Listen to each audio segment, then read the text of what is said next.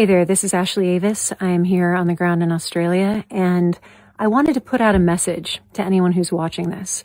For anyone that has information surrounding the Brumby cull, anyone who has information about the shooting of the Palomino stallion and his family, and for anyone who is bold enough to speak, any of the shooters, anybody who has been a shooter, anyone in the parks that knows what is going on with the Brumbies is egregious and knows that this is wrong, I'd really like to talk to you. As a journalist, I can maintain confidentiality. We can distort your voice. We need people to stand up. And I also have a message for the individual who approached me a few days ago in Jindabyne at 6 a.m. within the BP station. The person who asked me if I was the girl on Facebook going on about the bloody Brumbies. It was very aggressive. And I think that somebody like you, if you are willing to talk to me about what your stance is on the Brumbies, we would like to hear from anyone who has information about what is going on in the park and anyone who is bold enough to speak, even if you don't agree with the compassionate solutions that we're putting forth. Contact at wildbeautyfoundation.org.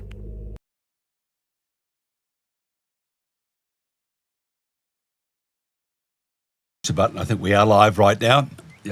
We're set up here, just absolutely magnificent. We'll find out where we are. Of course, we're in Jindabyne, as the location says so. We're broadcasting live this week from the Snowy Mountains to try and understand the New South Wales Government's heartless campaign to rid this area of Brumbies. Now, the cull has come to a temporary close, but the carnage will continue in November. Now, this isn't a fringe issue or environmental issue. There are other factors at play, much that we don't know. Whatever the reasons, these killings show a profound disregard for Australians by politicians and their hangers-on. And they are under no pressure at all. So let's talk. Who are the politicians standing for Australian values and decency? There aren't many. Angus Taylor, the federal Liberal leader, popped his head up recently, but his party at the New South Wales Shadow Minister for Environment and Shadow Minister for Heritage, Jacqui Munro, does not impress and is not on top of this area of her portfolio. And we saw Angus Taylor. He did a great job a couple of times on video. Once at a protest, another one outside Parliament. We thought he'd be a great guest to get on because he is enunciating some of the atrocities and the intrusion into the Australian way of life. We've asked him to come on several times and he's nothing yet. So hopefully Angus Taylor will come on. I do admire what he's saying, but words are very cheap. We need to have more than just words. We need actually action. So Angus, if you wish to come on, we are here. We will contact you again. A bit like a machine gun, but we'll keep trying and trying, or like Chinese water torture. And we're also going to talk about park management today, ecology, our country, and are they intent of taking away our entire, what we've known Australia to be? I think they are. I think there's a 2030 agenda, which is all over the federal government's website. It talks about basically joining at the hip with the UN. And I think by 2030, we're going to have an entirely different Australia than what we ever envisaged. Now, Instant Polls is our official sponsor.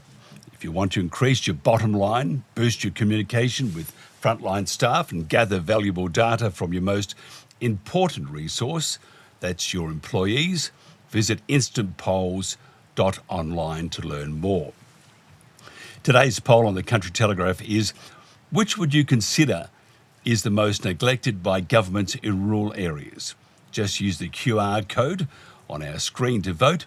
Each vote is secure and anonymous and verified by 2FA. Now, you have 24 hours to vote before the result is broadcast on the Country Telegraph at 1 o'clock tomorrow.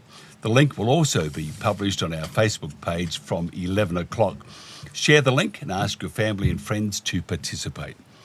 We're going to talk about many of the issues around the park. I'm going to talk to Brett Smith in just a tick. And that's right here, by the way, on the Country Telegraph. Australians are paying more and getting less. Energy security is economic security. Economic security is national security. We sit on vast reserves of coal, oil and gas, but we are not fuel secure.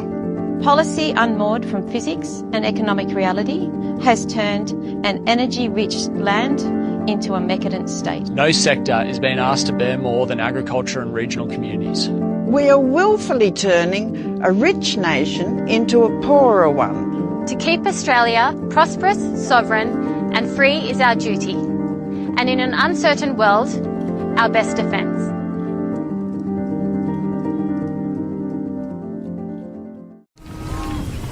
I didn't choose this life. I was born to live it. So was Dad, Pa, his dad, and his dad before that. Come on, ladies. You're supposed to be slowing down, you know. It's payback for all the free labour you got out of me as a kid. I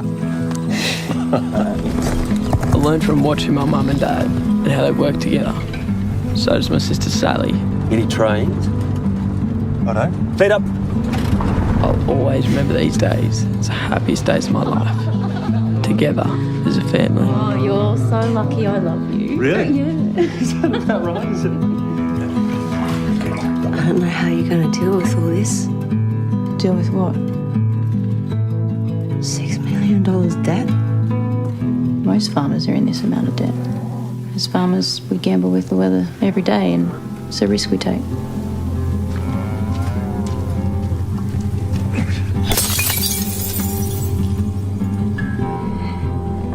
You have no idea what I'm going through. Maybe you should talk to someone. Oh my God, no, I'm fine. No, you're not, Alison. You and your dad's coward. Play a game of footy, all right? Where's heaven? What? Where's heaven? The sky, I think. Can we go there?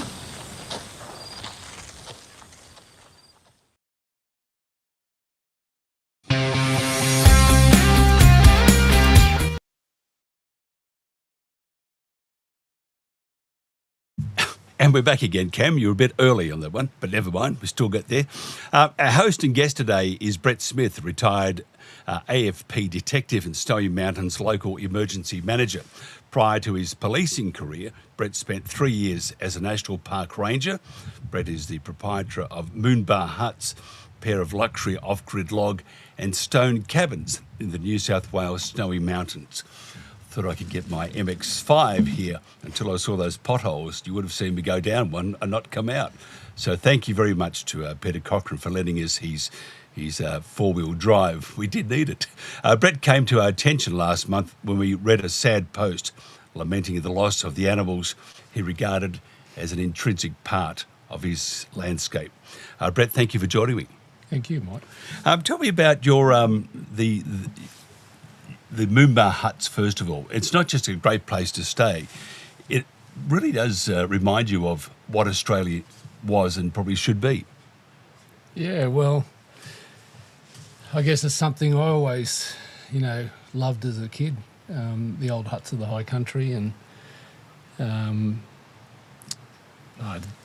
wasn't really a well-planned dream. It just sort of happened. I always wanted to be here, but building the huts just happened, and I'm glad it did. It's been really rewarding, to be honest. We'll play a video over the top of this interview, and it just shows you you're sitting out somewhere around here, and you you slowly moved towards a Brumbie, and the Brumbie looked at you and took you into its confidence, and then basically became your friend. How can we do what we're doing to the Brumbies at the moment? Because I don't understand it. I think the whole thing is an abomination, because these animals, besides being beautiful, highly intelligent, and some have said, so what? But they're part of our history or heritage, and you go right back to the First World War. So we really do need to look after these magnificent animals, and to be described as a feral. I mean, that's the last thing these animals are, isn't it? Yeah, well, in my opinion and many others, that's certainly the case. I mean, I'm not a horse person per se. I've never owned a horse. I've never ridden horses. But, you know, I love all animals, and I'd never stand by and watch an animal be tortured or, you know, be cruelly treated and not speak up. I couldn't live with myself if I did. And I think, you know, I'm not an complete extreme animal liberationist. We eat the deer here occasionally. Poor deer. Poor deer, yeah. Deer. I actually feel sorry every time I do it, but, you know, I reconcile that with the fact that, you know, the alternative for someone who eats meat is to go into Woolies and, you know, buy a packet of beef or whatever. And, you know, it's obvious that the cattle suffer, if you're comparing the two, you know, more than the deer that we harvest here on occasion. But yeah, it's not something I like doing. So, you know, I guess some would argue that there's some hypocrisy in there, but the horses, they're just another level with their intelligence. Sure, their history and their heritage and what they've done in the formation of this country, really. But probably above all that is the fact that this, you know, I've done a lot of shooting in my life, and, you know, I consider myself an expert in shooting. The aerial culling cannot be done in a humane fashion, and anyone asserts that it can is simply lying. There's, you know, it's not something that's a subjective argument. It just can't be done. There's only one way to kill a horse and render it insensible with a rifle, and that's, you know, on the ground with the rifle against its head. And yeah, it's just, there's no argument in that aspect of this debate for me whatsoever. Now, you've been here for 30 years. Sorry about that. I can do that because we're on camera and Sometimes it feels like that when I look around and see what I haven't finished. Well, I was probably here before you. Yeah. What do you mean by yeah? Oh, that's just terrible. Look, I just want to know, though, because you've been here for, as we would say, yonks, and that could be any stretch. Tell me how this part of Kosciuszko National Park fared in the last 26 years since its transition. I think it was the Mowanba State Forest to which is now the National Park. How has it changed? It's actually changed dramatically. I bought this land 36 years ago in 1990, and at that time our boundary on the other side of the river behind us was Mowanba State Forest, and as such the State Forest, you know, managed that. Initially they were going to cut the tall alpine ash that you see over there. But when they started, only a few weeks into it, they determined that it was too wet and that it wasn't really viable, so they hit that on the head. That was in the 80s. But about 10 years after I bought it, around 2000, I had a ranger turn up on the front door here, a nice bloke, and he had a letter to show me, inviting me to, it was their consultation process, inviting me to comment on the proposed transition of this state forest into national park, or Kosciuszko National Park that it is now. And I was quite shocked at the time, and you know, and I asked him how it came about, and to his credit, he was very open. He said that basically it was when Bob Davis was Minister for Environment, and I think it was coming towards the end of his first term, from memory, and he'd done a deal with the Greens, allegedly, to try and ensure that they got a second term. And part of that deal, allegedly, was that Bob Davis had agreed to, during his next term, or it may have even been the first term, I can't recall, but convert 400,000 hectares or 1 million acres into national park to appease the Greens and I guess assure that he got their votes.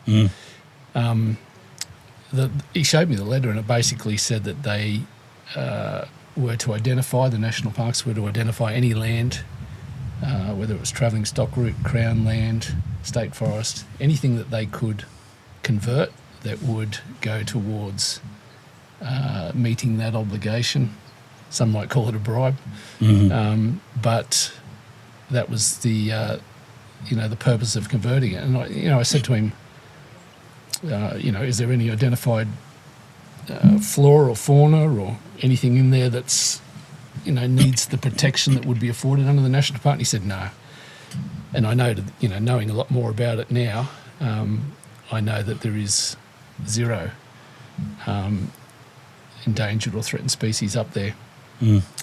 So then, it was tick the consultation process box, and then of course it just became national park, and the consequences of that were quite immediate. The first one was that the traditional family that owned this entire valley up until about 87, the McGufficks, they always had the lease on that state forest behind us, what was state forest, and they grazed their cattle there. And I've been coming here since the late 60s when I was a kid with my grandfather, and in those days we used to come up here to whistle foxes for their furs, the days when the pelts were worth money and before the greenies banned it, effectively. But the land in those days, from when I was a young kid in the 60s right up until the national parks took it over, was actually quite well maintained. There was no blackberries, there was no deer. The deer came in after that. But probably more importantly, the fuel loads for fire mitigation just weren't there because the cattle were grazing. But of course, that all stopped immediately. And then ever since, it's just been a downward spiral, just a year-on-year exponential increase in all of those things like blackberries, deer. I could take you for a walk over there. There's parts where the blackberries are 200 metres deep and 6 foot high. So you can't access the river for 200 metres. So, it's... And, people say, oh, that's a bit of a pain, but it's more than that. For example, blackberries are responsible for, according to, the Invasive Species Council's website, the loss of up to 50 native species. And you sort of think, how does a blackberry, affect that? But what the blackberry does is it infests the whole floor, that ground space, and nothing else can get any light in there, so nothing can grow in terms of flora. But then it also does things like it can actually divert the course of the waterway, which of course then causes erosion, So it's something that should be addressed. But when I, look at my river here, there's not a blackberry anywhere, and I spent quite a few years. Well, I saw you swimming in it before. Yeah, right. You must have been here when it was a bit warmer. But no. Yeah, but we, I've always stayed on top of them because I hate them. And I actually started spraying over the other side into the park, and then I thought, I better be careful, it might be in strife. So I went and seen the boss of the parks, who was Pam O'Brien in those days, and she was a lovely lady. And I said, look, Pam, I'd worked with her as, when I was the emergency management officer, about things like fire mitigation. I said, look, we've got a real problem out there. And it's really only come about since it was national park. And State Forest used to come here and ask my permission and drive through every year. And she said, oh, look, Brett, I'll be honest. She said, we're never going to have a budget to do any of that sort of thing in your area. And she said, but if you wanted to continue to do it, I can make you an official volunteer of the parks, and we'll even supply you with the poison and so on. So I took up that offer initially. They put me on a one-day course, how to handle pesticides and that, one of their OHS things. And I started spraying, and I did it for quite a few months during that spraying season. But it was every day. After I was working in those days, it was after work, and in the end I thought, oh geez, it's probably not a good thing to be exposed every day to this sort of stuff. So I ended up sort of just giving up. But in reality, this goes for miles. It wasn't You know, it wasn't going to make a difference. It was more of a feel-good measure, I guess. And perhaps, I thought naively that, it might be a bit of an interim thing. If they saw me doing it, they might sort of divert some funds. But anyway, so it really, and I don't want to, I'm not one of the haters of the national parks. There's a lot of good people in there. I don't want to hate on them. But, in fairness, they've been given so much land mass with no additional resources, realistically. And they don't have budgets for this sort of stuff, And this land should never have been on the national parks. As I said, there's nothing endangered or threatened in it. But it's a political thing, And as time's gone by, I think there's probably some truth in this 2030 thing where they're trying to get 30% of all land mass and water mass. They are. Yeah. Look at Tasmania. Yeah. Already. Yeah. So, and we're the meat and the sandwich that sort of really. Cops it, but it has deteriorated sadly on what it was, even in recent decades. What about the ISC, Invasive Species Council, which I have got little time for? I refer to them as bridge gluers because that's what they used to do. I'm sure glue themselves to roads at the entrance to Sydney Harbour. So we have the ISC who have, because of Jack Goff, who's the lobbyist from way back, and he knows how to play the game. And he is playing the game and playing it well, considering their objectives. What's your thoughts on the ISC, the Invasive Species Council, and their determination in how Australia should be? I mean, I understand that they want to take us back to pre-Captain Cook. But why stop at that? Why not go back to the dinosaurs? We used to, you and I had some pet dinosaurs in our day. Yeah. We're that old. But I mean, truly, and so therefore, an unelected group of people with 130 members are basically determining our direction, and government is listening to them. How do we, first of all, address that, and what do we do about it? Well, it's very difficult because, if it was if there was an investigation and it was a lot more transparent, would probably be all over pretty quick, in my opinion. I actually personally don't believe that the people like Jack Goff or those people around him have any real true appreciation or love for the environment. I'm sure they'd argue that vehemently, but. He would call it, one of his videos on TV, bullshit. Yeah. Well, good on I you, think, Jack. I mean, I think Blind Freddie can see that it's all about political, lobbying and self-interest. It's, these people don't come up here, they might come up for a field trip once a year, or they don't have that, that deep-seated love for the environment that we do. People that have grown up in it, and that doesn't mean we're any better as people, but no one knows the mountains better than the people that live here. And we don't have any, financial motivation or any sort of reason other than the love of the land to actually want to protect it. And the exact opposite is the case for them. It's all about, for the politicians, it's ensuring that they get those people that subscribe to the IC views to vote for Labor in this instance, or the Greens, but predominantly Labor. And, from people at his level, it's about, these jobs and what it brings them. And, I don't know if he's intending to go into politics at the end of all this, or whether he has other aspirations, but and then you got the scientists, their research, their continued existence with research grant funding and things like that. It all depends on this perpetual science, as they call it, to support their cause, to lobby the government for their their continued existence. The amount of jobs that these and departments, and the millions and perhaps billions of dollars that are generated by this sort of narrative that the environment's all about to explode and we're all going to, either flood or blow up or whatever. That's right. It's a nice knowing you. Yeah, it's, I've been coming in nearly 60 years and the weather hasn't changed at all. No, it hasn't. But I'm not saying I'm climate change denier. I know there's cycles and it's changing at the moment.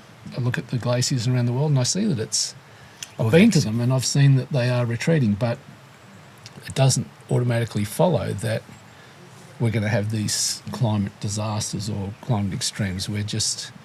Anyway, that's another argument. But I think their motivation is not sincere.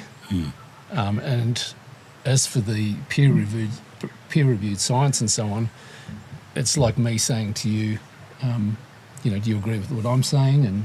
And you write it down and then it's peer-reviewed.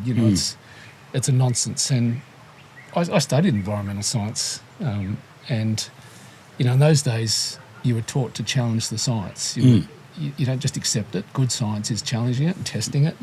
Today, someone from the ANU gets up and says horses eat horses, and everyone believes it. Or they say that they're mangy, ribs sticking out, mongrel-looking things, and people believe it. They don't go up there and have a look and see that they're absolutely stunning, horses in beautiful condition.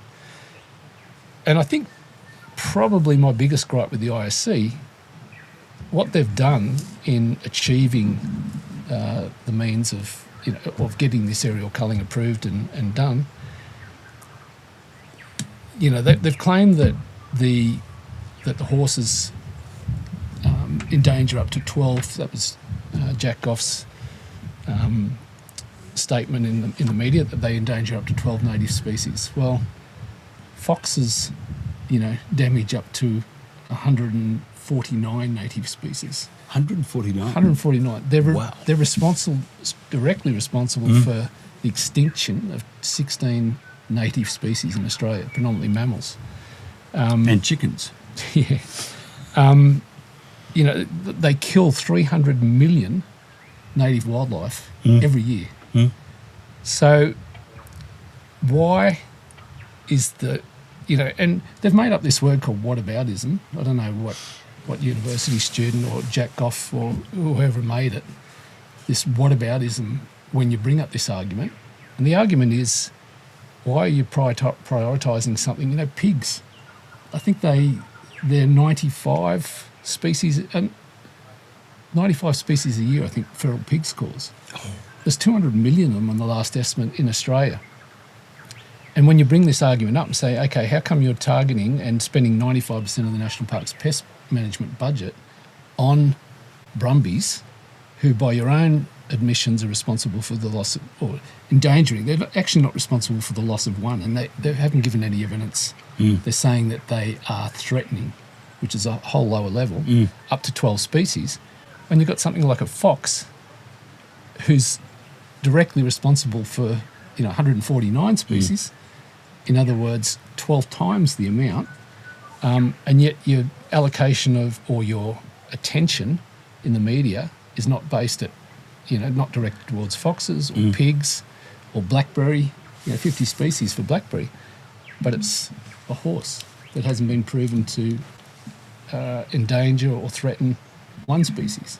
So it sort of says to me that the ISC is all about ideology and nothing really to do with environmental damage. And I think, I'm sure they'd probably admit they're ashamed of our colonial heritage.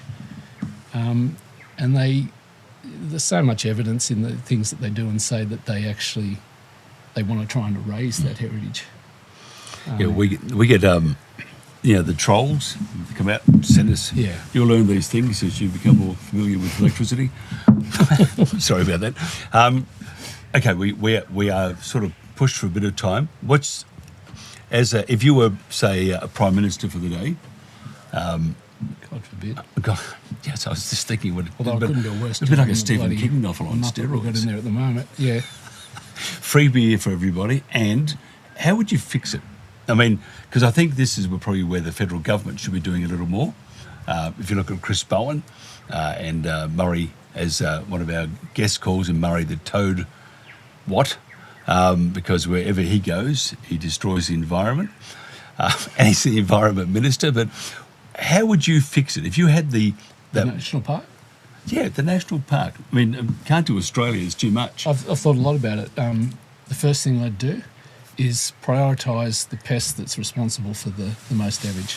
Okay, that's the Invasive Species Council. That's the pest. Well, I think they... But they are. They're destroying the environment. I mean... Yeah, well... Anyway. But, speaking sensibly about what I'd do, the first thing I'd do is look at simple measures like trialling, and ACT and the Machinee National Park have actually started doing this on a very small scale, but trialling small-scale cattle grazing again. And that's, if you looked at what causes the most environmental damage, it's these catastrophic fires that we've had, like the one in 2002-3 that came right over the hill here. Fires have to have fuel. Without fuel, they don't exist. So first thing I do is trial some cattle grazing.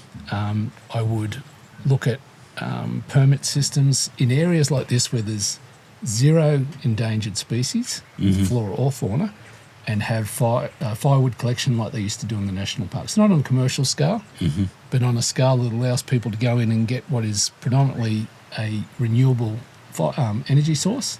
So you're saving the use of gas or electricity, and you're also doing the environment a favour by removing firewood from areas where there's too much of it. And we have massive snowstorms, metre deep here and high winds and that, so there's stuff coming down all the time. Then I'd look at, things like with the foxes, a bounty program where you say, in the old days, in the 1970s, we were getting $55 a pelt. 2 pelts was a week's wages. Jeepers. And, and we were just whistling them. We weren't shooting or anything, weren't spotlighting or anything. We made bed rugs out of them, we made hats, we made gloves. Mum, my grandmother, all had full-length fox coats. It was a great use of the resource. And I love foxes. I photograph them in the snow. I think they're an incredible animal. But they, unlike Brumbies, they do actually cause massive environmental damage. So you have to kill them. There's some things that, it's just best that they're not there sort of things. So put a bounty on them, whether it's $10 a tail, $20 a tail, whatever. Do what Chris Min said. Allow hunting in the Kosciuszko National Park. Incredible. I don't know where he came up with that. Sorry, that's incredible. Yeah, well, it's indicative of the level of advice, the quality advice he's getting from his policy. Could you imagine that? A couple of drinks, a couple of beers, get the blood flowing properly. Oh, is that a fox? Or is that who cares? Yeah. I mean, truly. Well, hopefully it'll be a bit more sort of, Be good luck on that one. Yeah.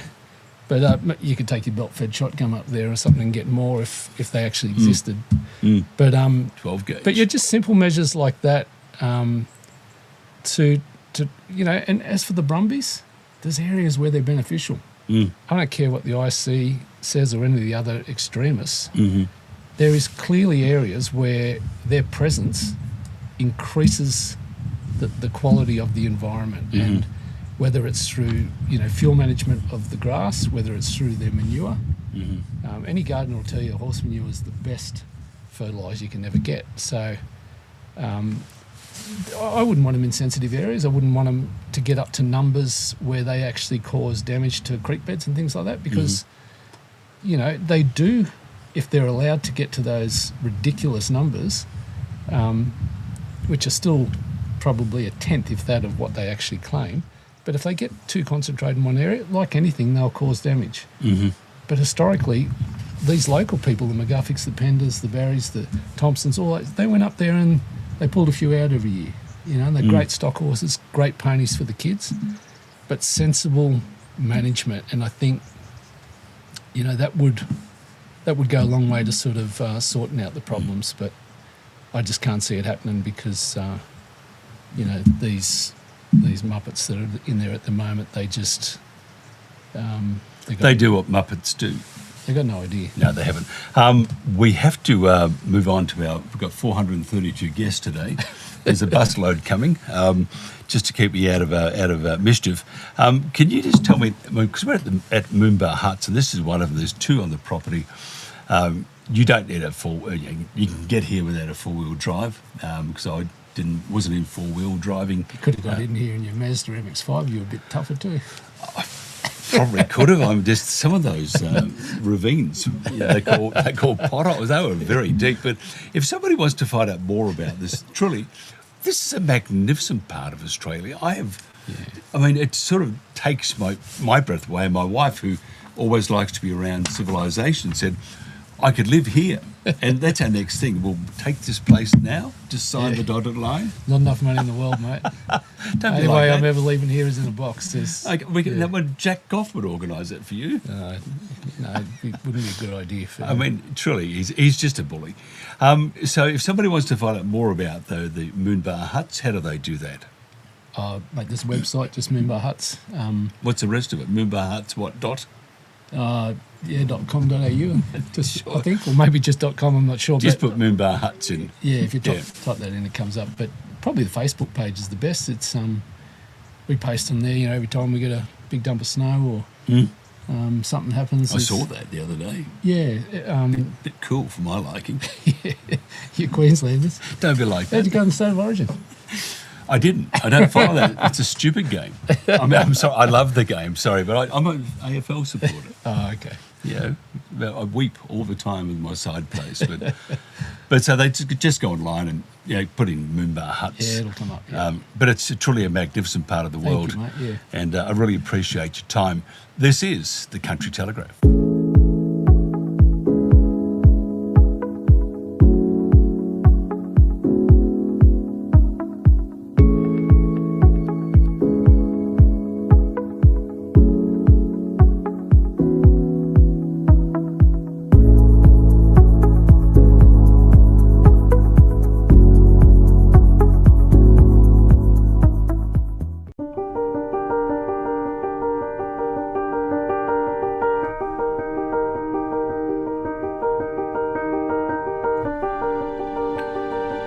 The king may rule over land and sea. The lord may live right royally. The soldier ride in pomp and pride. The sailor roam over ocean wide. But this or that, whatever befall, the farmer, he must feed them all. The writer thinks, the poet sings, the craftsman fashion wondrous things. The doctor heals, the lawyer pleads, the miner follows, the precious leads.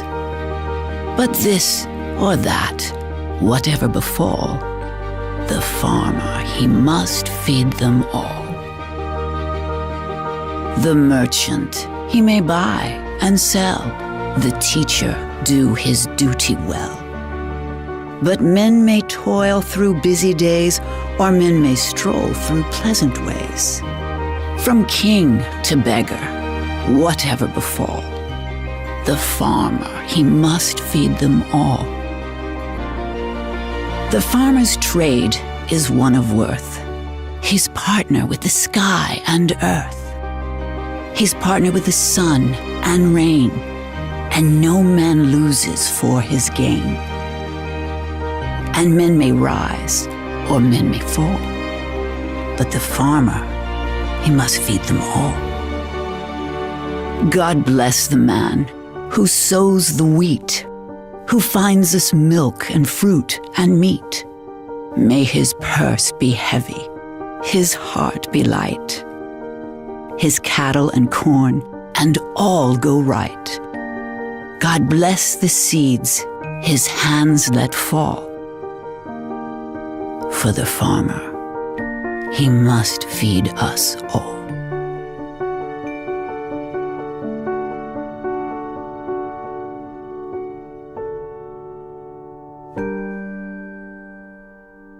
The snowy mountains, a vast, untamed wilderness where, for over 2 centuries, a remarkable creature has carved out a life against the harsh realities of nature.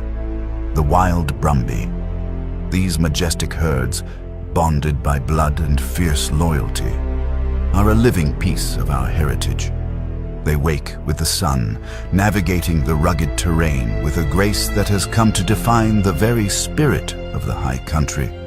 But today, the silence of this sanctuary is broken, not by the forces of nature, but by the hand of man. A shadow has fallen over Kosciuszko. A 3-month aerial shooting campaign has begun. Imagine the terror, driven from the shelter of the bush by quad bikes, forced directly into the open and into the firing line of helicopters. These family units running to the point of utter exhaustion, desperate to protect their young, only to face an agonizing end. Trapping operations have been halted, humane rehoming efforts silenced. This is no longer management. It is a tragedy unfolding in the heart of our wilderness. Around the world, other nations have found another way. Humane alternatives exist, paths of compassion that respect both the land and the lives within it. Millions of dollars, now spent on eradication, could instead fund a gentler, more civilized future.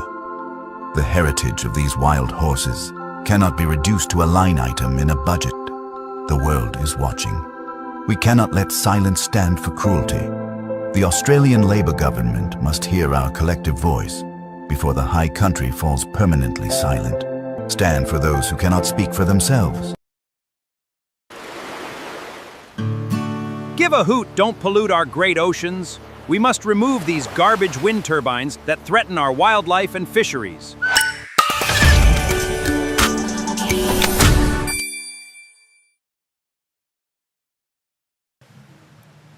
And welcome back to the Country Telegraph. I'm Mike Ryan. My next guest is Shannon Byrne, who's a local alpine horseman with a magnificent hat. Not sure if he smokes that stuff around it, though. We'll have to find out later on. He's a descendant of one of the first European settlers in the snowy Monaro region.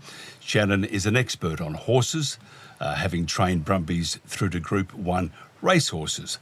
He also knows the Australian bush and the Brumbies very well, having grown up with them. Shannon, thanks for joining us. No worries, thanks for having us, Mike. Tell me, you're just, because last time I spoke, you were not impressed at all with what's happening. What's your, now that we're next to each other, tell me how you really feel about the culling of these magnificent creatures. It's an atrocious act, Mike. If people really seen what goes on out here, they'd have a whole different view of aerial culling. We see it every time there's an aerial cull on, whether it's horses, pigs, deer. We see the aftermath of it that the other people don't see. And as I say, if they seen that, they'd be on board with banning aerial culling as a control method for any species. It's actually pretty. I mean, it is invasive, and we have the Invasive Species Council, led by the bearded wonder Jack Goff. Terrible name, Jack Goff, because Australians sort of run words together, and it becomes quite what we're all thinking, Jack Off. Some of them are quite fitting. That's right. This is a family show.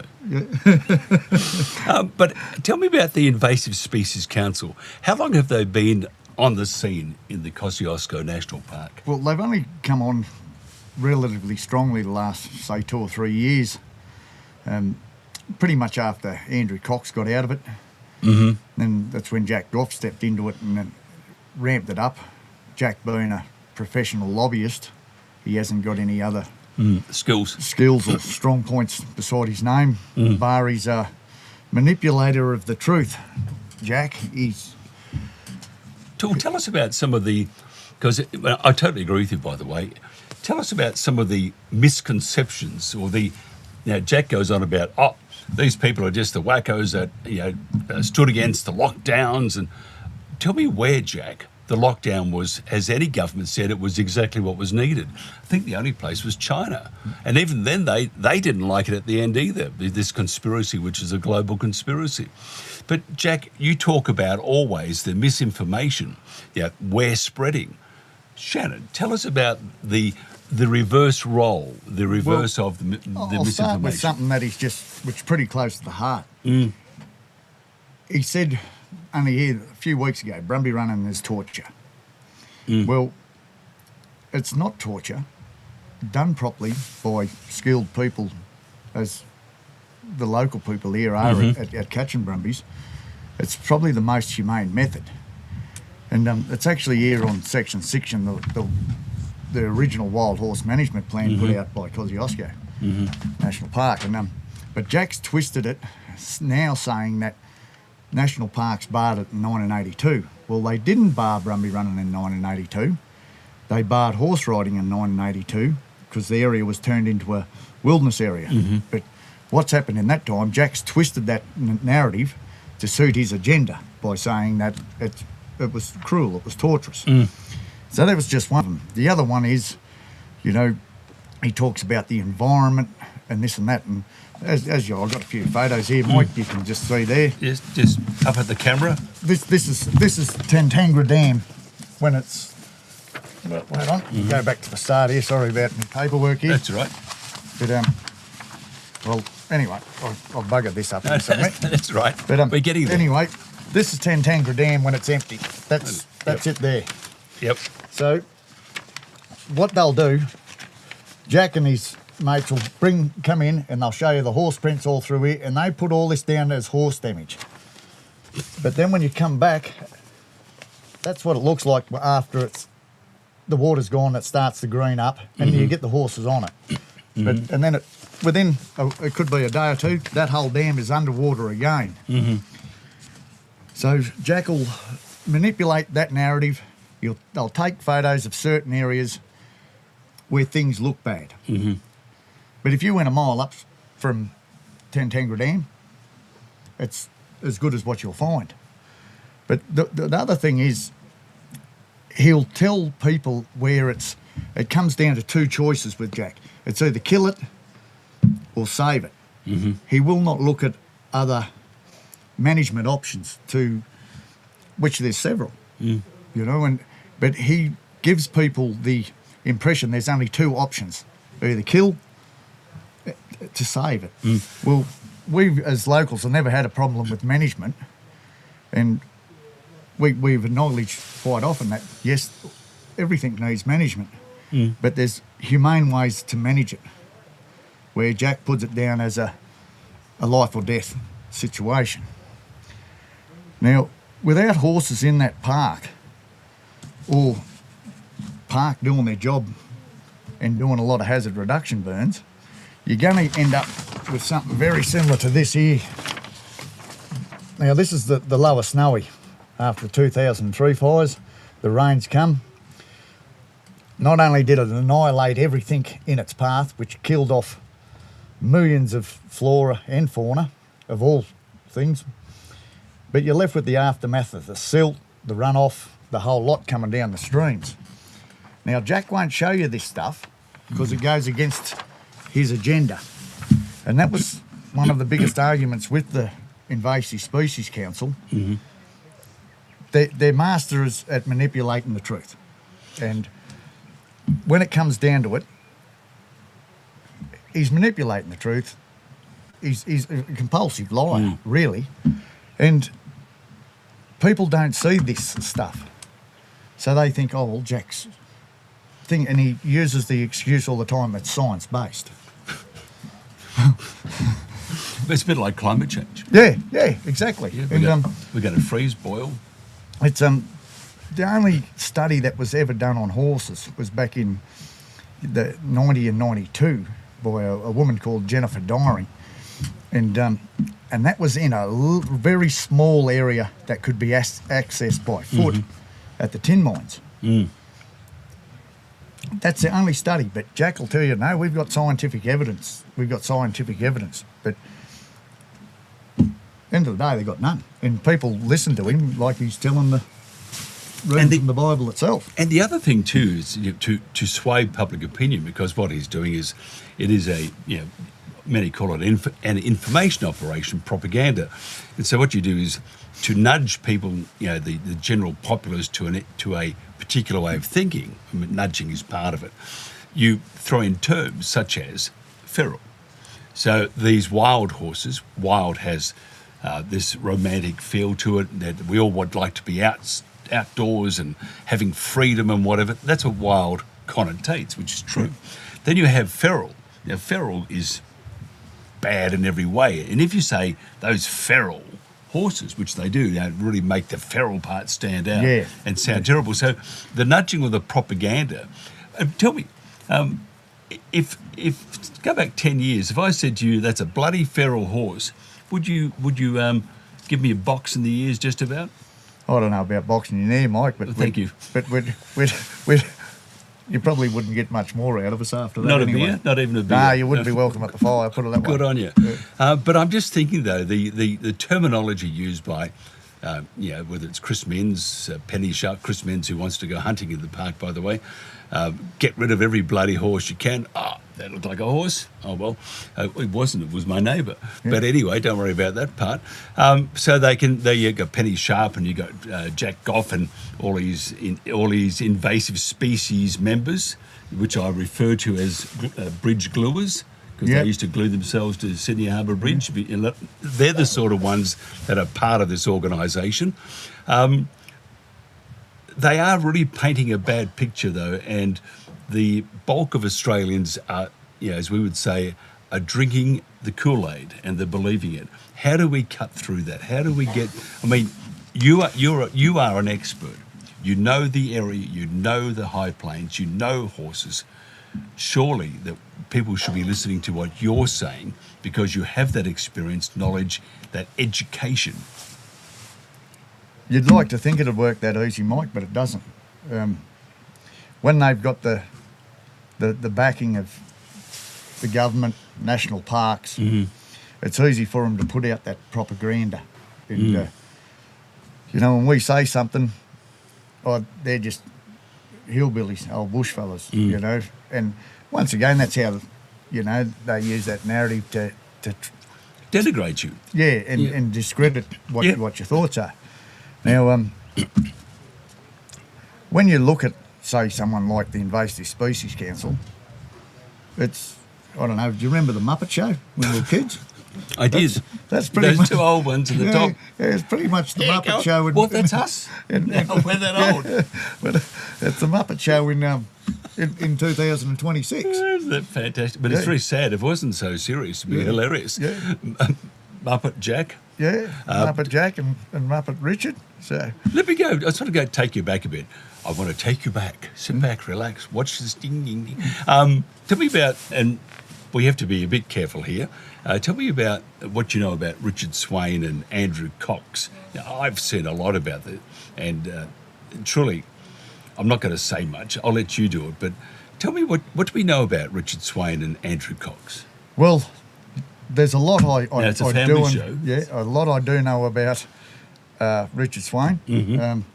He went to the same school as me. Did he? Back in the day, yeah. Did you punch him? Nah. Don't. It's a family show. I was just inquiring for your safety. Back then, he was, it surprised me that he'd come out the way he has come out, and probably the thing that's the most annoying with Richard Swain is him being a Wiradjuri man that speaks on the Garigo country, which if you was fair dinkum bloke, you'd know that you don't, and you followed that tribal way of life. Well, it's a no-no. You don't go onto other people's land and speak and run ceremonies as such. But apart from that, he hasn't got a great record in the local community. But he's very good friends with the ISC. Yeah. Interesting. I can see that so that goes back to Andrew Cox's day. They've identified him as, well, we can use him, and that's what they've done pretty much. They've picked the dumbest sheep in the mob, and they've used him to push the propaganda and all the corruption, unbeknown to Richard. You can't see past his nose sometimes, but anyways, that's where he is. But Andrew Cox, he wasn't cut out for the job, really. He's a weak man. Very weak man when you go back and look at some of the stuff. And that's where I think Jack stepped in because, well, I thought he was a bit tougher, but apparently he's having a fair whinge that they're getting called names and whatnot on social media. Our first broadcast, someone wrote in, I know who it is, I won't mention it, said, we want you to, I did, cross my heart, hope to die. We want you to call Jack on this number immediately and take your program off. It was on, we're on various platforms. Take it off those platforms immediately. We haven't, and I feel terrible that someone went to the effort to threaten us, because we had free speech. Yeah, well, it's a free country, mate. We'll speak as we like, and the only thing Jack needs to do is go and have a shot of concrete and harden up a bit. He's We've copped that stuff all our life. We have. I haven't. Look at these hands. Yeah. I just that they haven't seen much concrete. Let me tell you that. Yeah. No, that's what old Jack. But they have held big glasses of whiskey at times, and they've taken a battery. We've all held a good glass of whiskey at times. Yes, I know it's been a bit. I've had to because I've been working very hard. You see, and I have to be very careful on the amount of whiskey I have for breakfast. I mean, I have at night time. What do you know about the Bogong High Plains? Because there are no horses there, I believe, and if we're down to very few numbers of Brumbies, 800 or less, as Peter Cochrane alluded to a couple of weeks ago, if we have another cull, and it would be quite feasible if we have low numbers to get down to almost the zero amount of, there'll be a few around, but not a whole lot of horses around. How do you think that will not benefit the like, for example, with the Kosciuszko National Park? You've seen the Bogong High Plains. Yep. When the horses, now that they've gone, basically, tell me about what it does to the terrain, how it, because I hear from many that it goes backwards, becomes a fire trap and all sorts of things like that. Tell me your thoughts that if we don't have any Brumbies in the Kosciuszko National Park, where we'll be at? We'll be in a very dire situation. You're going to say up shit creek without a paddle. Yeah. But, I just did it for you. Well, see, horses, their digestive system's set up, they'll eat a lot of roughage. Mm-hmm. Now, I think on an average, the average horse will eat, anywhere 5 or 6 tonne of roughage a year. Mm. So if you've got them horses, that's eating a lot of that roughage. Now, a prime example of, if people want to see this, and once again we'll go back to the invasive species, back in the Victorian side there was a lot of trial plots put in, little fenced off areas where the cattle couldn't get to, but the natives could, the kangaroo, the wallaby, the wombat. Mm-hmm. And now we've got deer all through that country in plague proportions, but none of them are eating that. And the deer can hop in, skip in and out there as they please. But none of it's eating that grass because it's gone rank and stagnant, and nothing's living in there. There's no frogs in there. And just outside there you'll hear frogs croaking, but you won't hear nothing. No birds nesting. There's nothing. No, those birds have croaked it. Yeah. So what'll happen if they was to let the whole of Kosciuszko National Park grow grass, 1 or 2 feet high, the next fire that comes through, like it's a ticking time bomb as it is now. So without anything eating the grass, it'll reach that level, and it'll once again, another fire will probably transform these mountains to irreparable damage. They'll never be the same mountains, same ecosystem again. Because there's areas here now that have changed forever again now, from the 2003 fires and the 2019, 2020 fires. But it's not part of the agenda, Mike, so they lock it up to their pristine wilderness, Do you despair? Do you just despair over this? Do you sit there and go, what's happened to this world? Oh, I sit back quite often, Mike, and well, even here, I was just up here on this ridge here on Saturday having a poke around, and I just think to myself, like, it goes through your mind, Mike, a lot. What's changed in the, say the 50, 55, 60 years since the cattle have gone out, and this is apparently verging on extinction, and this is on the verge of extinction, and this is on the endangered list. And well, when the cattle went out and the bushmen went out, you took the caretakers away from the land. Now, they learnt over time, and a lot of those, especially the burning off and the fire, like the hazard reductions, were learnt off the Indigenous people back in the day. So what's changed to put us in this position? And what's changed to put us in this position is national parks have come in and took it all over and locked everything up with no management. That is the thing that just keeps sticking out at me is they're responsible for all this.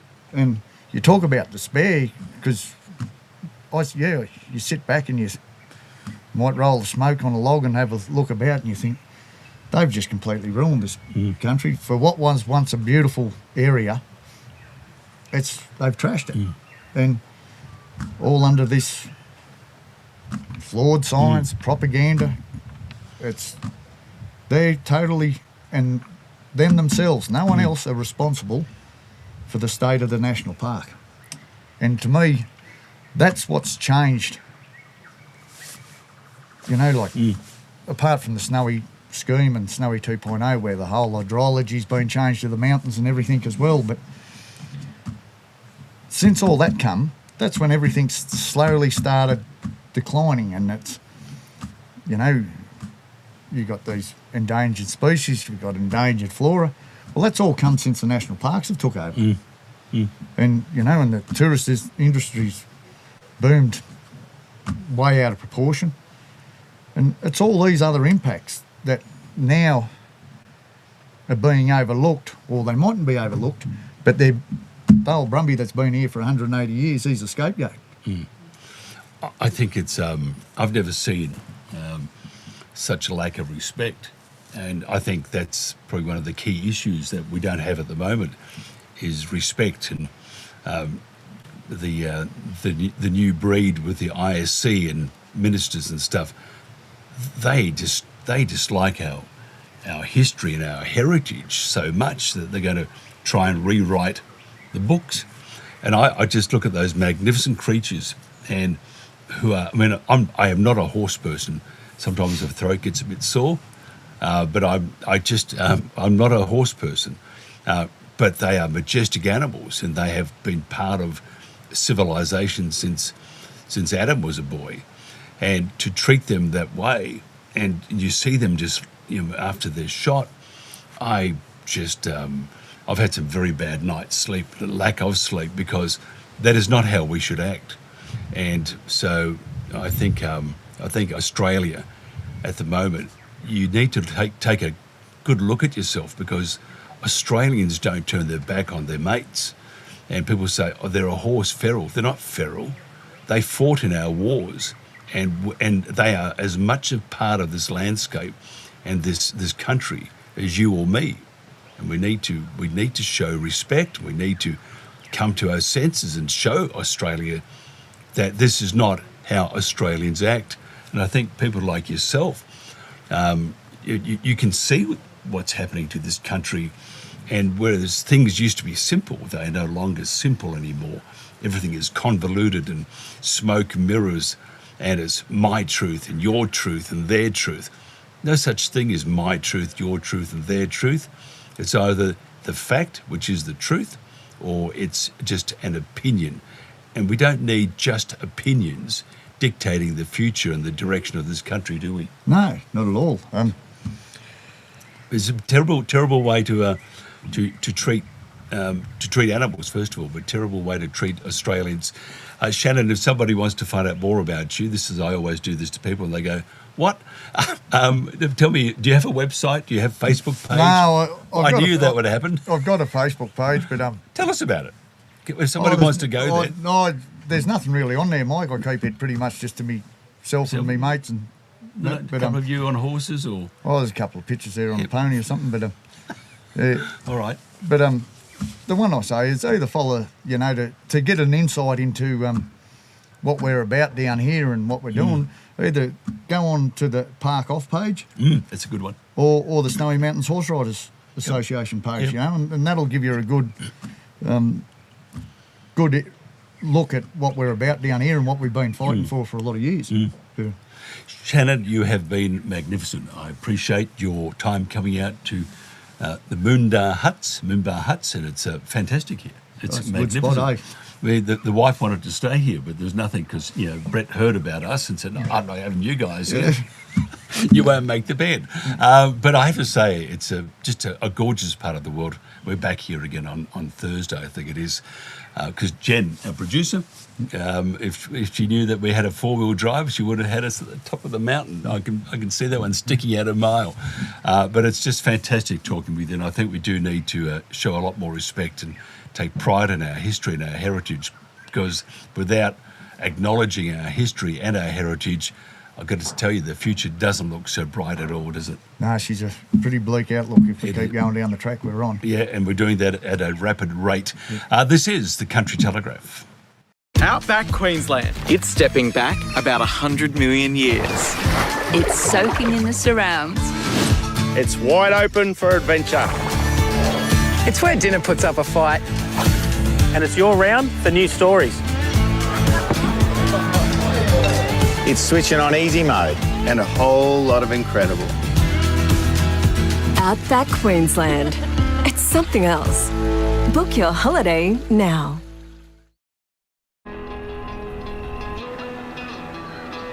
Australian made means made right here in Australia. But it's more than just where it's made. It means made by Australians, backing local businesses and jobs. Made for the way we live, right here. It's why buying Australian made just feels right. Australian made, made right here.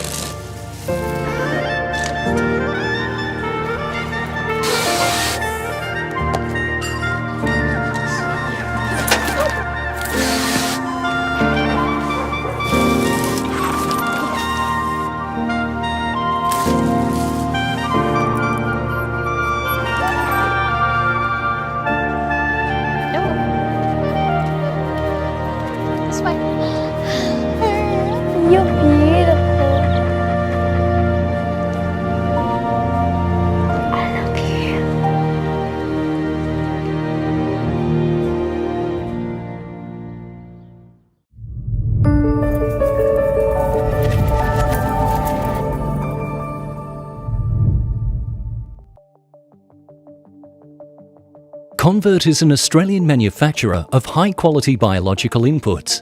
Our mission is to accelerate the transition of agriculture to a more sustainable and low-carbon industry that produces higher quality nutritious outputs. We manufacture scientifically formulated products targeting soil restoration, seed germination, plant health and animal well-being. Our products are carefully crafted to help farmers grow sustainably with profitability in mind. Independent PhD research on our products conducted at the Western Sydney University showed significant increases in soil biology, nutrient availability and cycling, root growth, fruiting and flowering, drought resistance, and overall plant resilience and yield. These products have also been thoroughly tested across a range of crops in Australian conditions. These include wheat, barley, oats, cotton, cannabis, glasshouse lettuce, pastures, vineyards and orchards. Convert's products can be used via boom spray, drip irrigation or fertigation and does not relinquish farmers' existing trusted practices. Export has been a large focus of our company's positioning as our products are packaged in super concentrated formulations ideal for shipping and handling with minimal water and environmental costs. Convert is expanding into international markets with a focus on regenerative agriculture and the future of farming.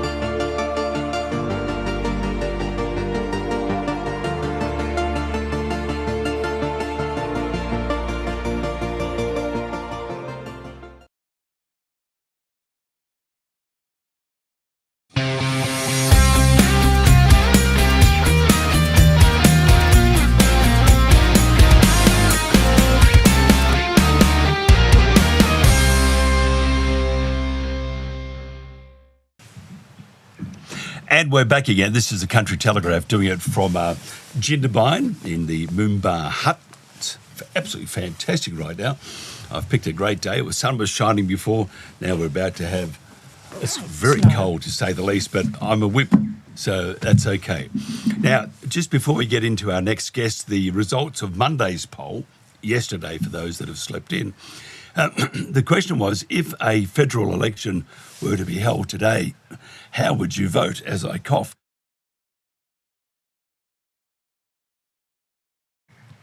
That's better. One Nation, by the way, had the highest support across age groups, genders and states in this poll, showing strong engagement from respondents from 60 to 69. Females and participants from New South Wales, the Liberal and National parties also had some support, but were less dominant compared to One Nation. Pauline doing her rounds of the UK. Unfortunately for Pauline, that they can't vote for her, so she probably should come back and do her job here. The majority of respondents, 66.7%, favoured the One Nation party, followed by the Liberal Party with 20.83% and the National Party with 12.5%. No respondents chose Labor, Greens, United Australia or none of the above. Now, Lisa Caldwell, as a former member of the Kosciuszko National Park Wild Horse Heritage Community Advisory Panel, say that 6 times, representing the local horsemen, and have also served on previous NPWS Wild Horse Committees since 2000. Now, Lisa was also a witness at the parliamentary inquiry on aerial shooting of horses. Lisa has lived neighbouring Kosciuszko for over 45 years.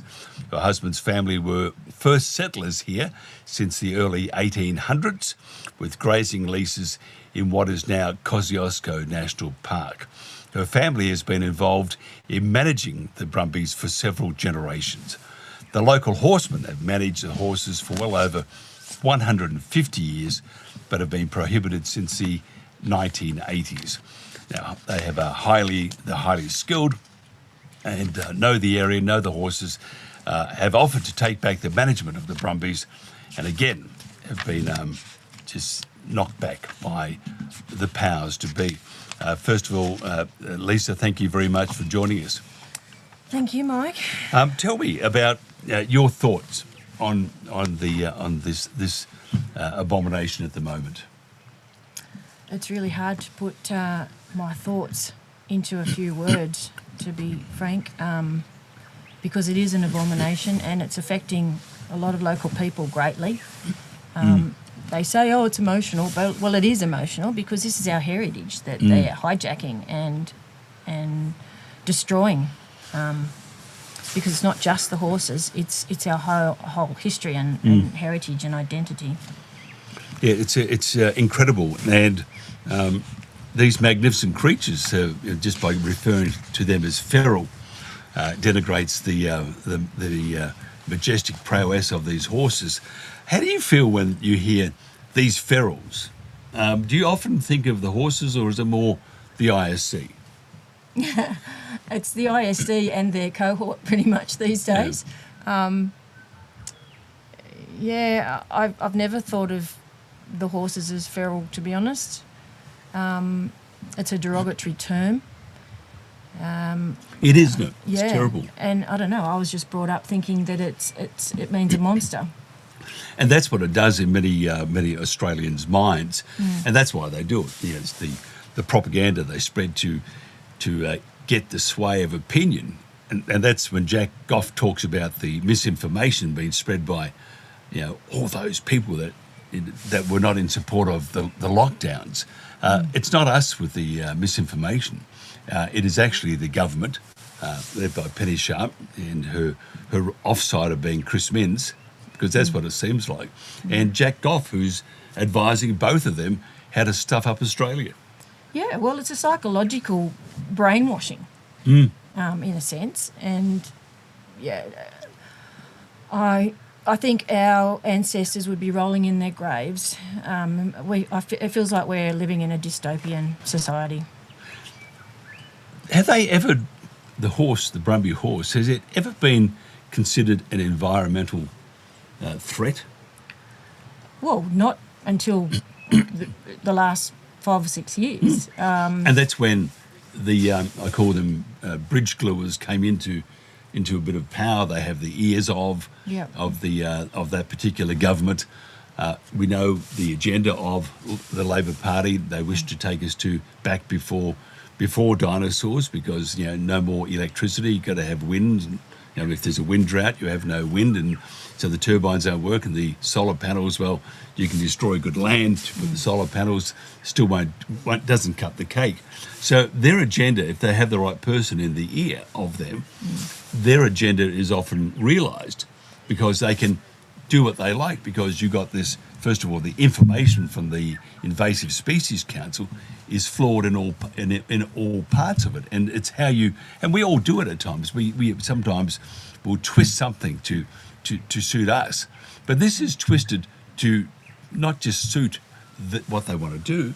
It's twisted to kill off the Brumby, destroy what we know of Australia, and take us back to almost the prehistoric times, at least the times of prior to Captain Cook landing here. Well, that's true. It's been an agenda that's been by stealth, I think, throughout most of my lifetime.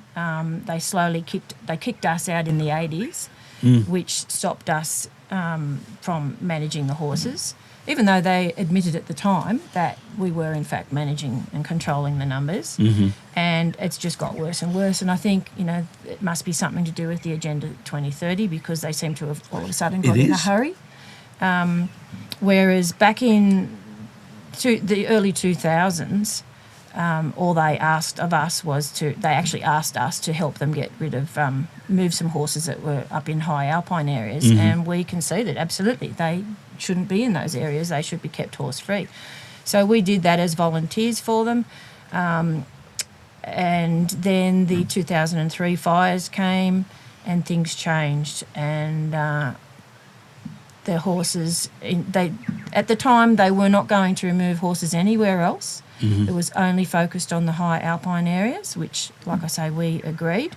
But then after the fires, everything changed, and I don't really understand why. But they just kept trapping, and they didn't want us involved anymore. And now we're treated like the enemy. How disappointing is that? It's really sad, because we're a small community. But I think today, with what's happening, I don't think even national parks back then would have dreamt what they are doing today. And I'm pretty sure that a lot of staff, even in management, would be embarrassed and ashamed. But, of course, they're controlled from the hierarchy in Sydney and Hurstville, and they do as they're told. And they have to, otherwise they won't have a job. And we understand that. But I look at and I truly, at times now, I steer clear of some of the imagery, because you don't need to see the imagery to understand the damage it's done to a particular being, that being the horse. But the cruelness, or the lack of empathy, or the care of an animal, such as the horse, which is not feral, how disturbing is that? Because we have Jack Goff, and we have the ISC and others baying for blood, and they want the horses gone forever.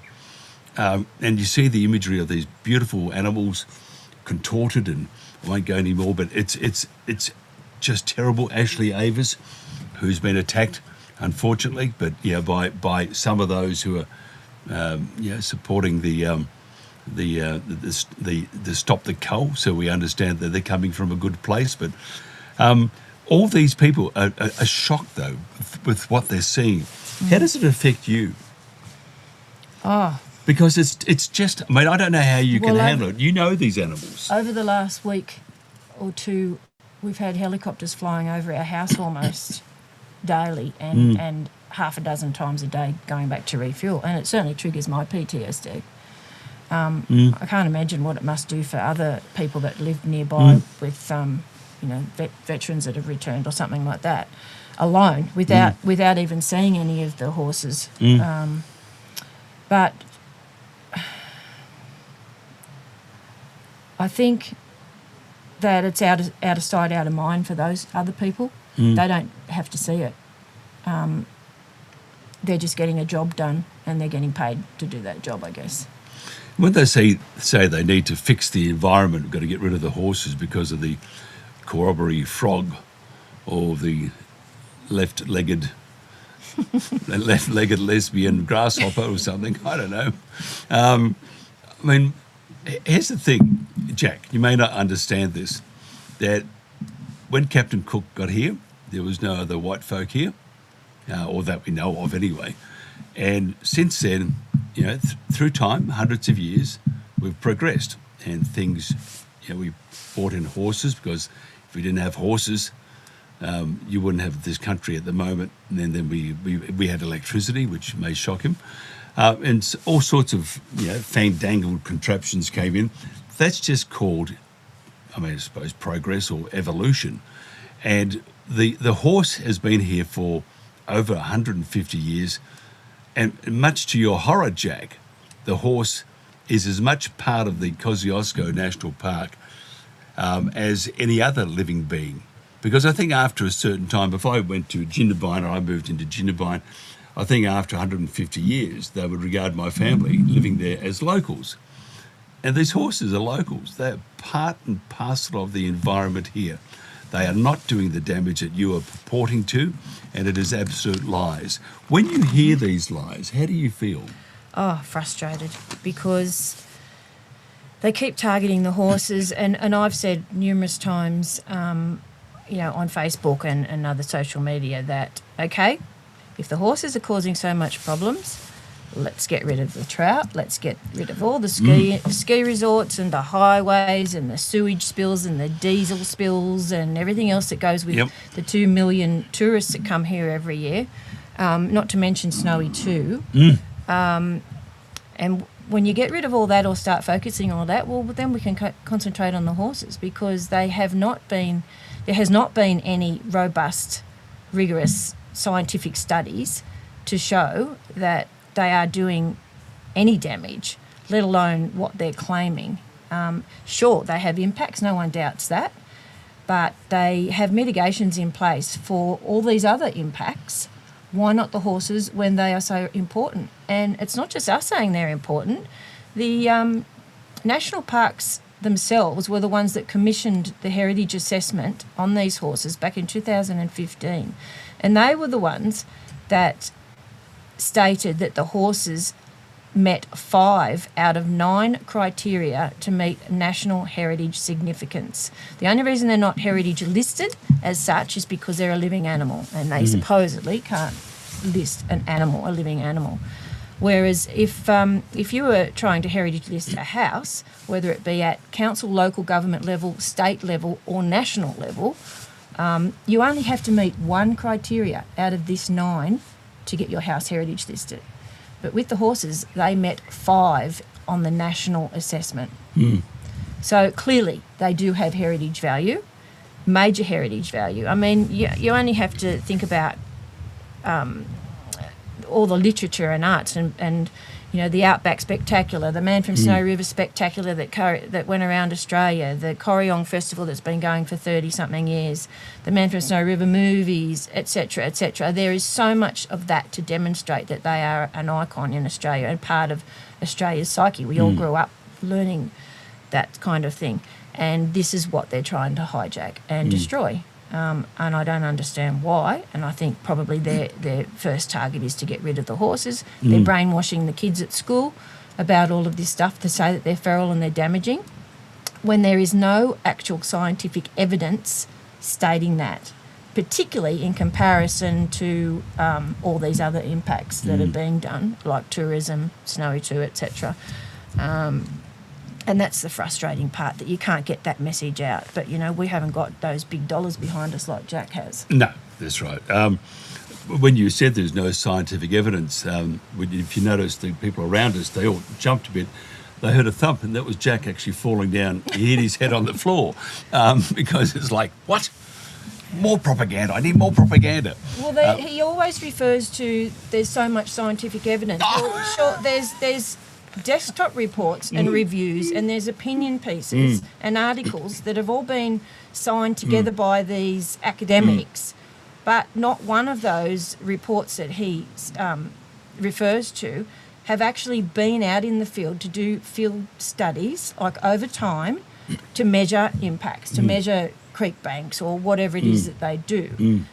There's not one. There has been one study that we are aware of that was done by the chair of the Scientific Advisory Panel, I think in between 2020 and 23.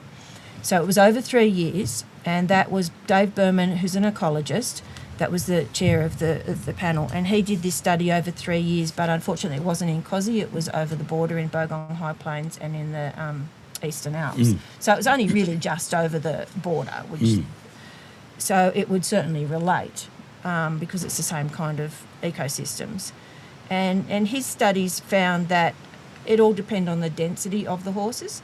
Where there is low density, there was no impact. Where there was higher density, well, there was some impact. But he also mentions that the some impacts should also include beneficial impacts. But of course, any other science, supposed, or articles, of course, they will never look for the beneficial impacts. No. And we see that because living here, and it's not just eating the grass and reducing fuel loads, it's actually keeping the bush open, tracks that you can walk along that wouldn't otherwise exist.